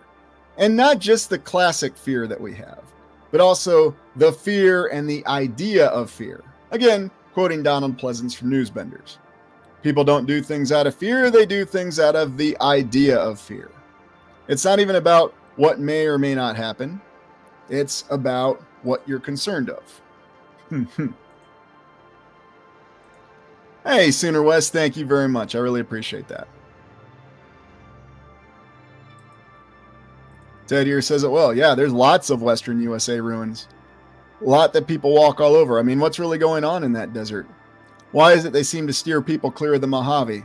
Why is there only one interstate that goes through the Mojave and you're driving through there as fast as you possibly can and you do not want to get stuck in traffic there? So you're going northbound from LA to Las Vegas on Friday, you don't want to be stuck on I-15. Going southbound, you don't want to be stuck on I-15 on Sunday. It's terrible. Oh, thanks, Robert. I appreciate that, and I enjoy spending Saturday with all of you as well. So. And Jeff 6 says it right here, keyword steering. Yeah, you're laying out expectations when you build cities. And maybe that's what these cities that are being built in places like China, of course, China's not the only place that's doing them, believe it or not. I'm going to be doing an exploration this upcoming week where we're going to look at the planned capital in Burma, also known as Myanmar, or whatever you want to call it. So many different names for our nations, but anyways. George Orwell, 1984, The Room, where your greatest fears are used to torture you. Absolutely. Great example. And if, okay, never mind. I was going to say something bad, but no, I'm not going to do it, okay? Just going to stop. Sky Sage, I watched the Desert Drifter exploring the Southwest. Yeah, a lot of cool things to see there. But then the other weird thing, though, is what isn't often shown or what maybe can't be shown. You know, and I don't know. And that's the reason why I don't go speculating on other explorers and what they're all about, because I don't know. I mean, I've run into my own issues that I've certainly had no control over. So I can only imagine what other people are dealing with. I mean, we all have our own, dare I say, crosses to bear, or our four-dimensional crosses to bear, if you follow me. But yes, William Pals. I remember a quote that says the only thing you have to fear is fear itself. Oh, yeah, they attribute that to Roosevelt. They attribute it to Churchill. I think they attribute it to every World War II leader at some point. But then isn't it funny that before and after the war, that's exactly what they went right back to selling? Wonder why that was. Oh, William, yeah, the yellow to white sun result of chemtrails. Maybe. Who knows on that count? Tesseract? Oh, yeah. I think there's a lot more to that. What's our real story? So anyways, in closing about the Hive cities, I wanted to really address exactly what the downside of the old world could be. And so that's the reason why I wanted to discuss it. That's the reason I wanted to do an exploration on it, because I think it's important to remember there were times in the past that it got really bad. And it's probably a lot worse than anything we can imagine now, because remember, this was a civilization that had greater capability than ours. Now, if you have greater capability, you can do more wondrous things, or you can also descend to more horrific things. Both are entirely possible. And no matter what happens, you have a civilization that loses its balance, loses its real sense of being, if you will, then this is exactly what's going to happen. Happened in the past, it can happen in the future. Yeah, maybe. And maybe that's what's the part of it there, Al. Who knows? And thank you very much, Abrams Killer. I appreciate that. And welcome to the new members. By all means, please enjoy the content. We've got some good ones. William, the truth is stranger than fiction. Good person to quote there, Mark Twain. He had some interesting ones. Remember what he said about voting? Kathy says, awesome subject, LA. Well, thank you very much, Kathy. I appreciate that. KC, we should do an exploration on Kazakhstan or Turkmenistan. You know what? I think that's a great idea. I think we just might get to that this September. I just wanted to get back to Ashgabat and those other cities. I think we should do that together. So, anyways, so we'll look at that concept and we'll come back and we'll take a look at, I'm trying to decide what our topic's going to be to close out the month of August. So part of me wants to go back and look at Old World in the movies. Doc Shelley, what do you got, Doc? Lucius Aurelian, when in your professional career did you go from traditional historian to today? Not an easy answer. I mean, there's a couple of watershed moments that happened to me when I realized that I wasn't being told the truth of what was going on. There's a couple explorations I did where I talked about it, and it all started with examining an account of a library and the original old main building at a university in Iowa. But no, it wasn't the University of Iowa itself, but it was in Iowa. And that's what got me to start questioning things. And it was all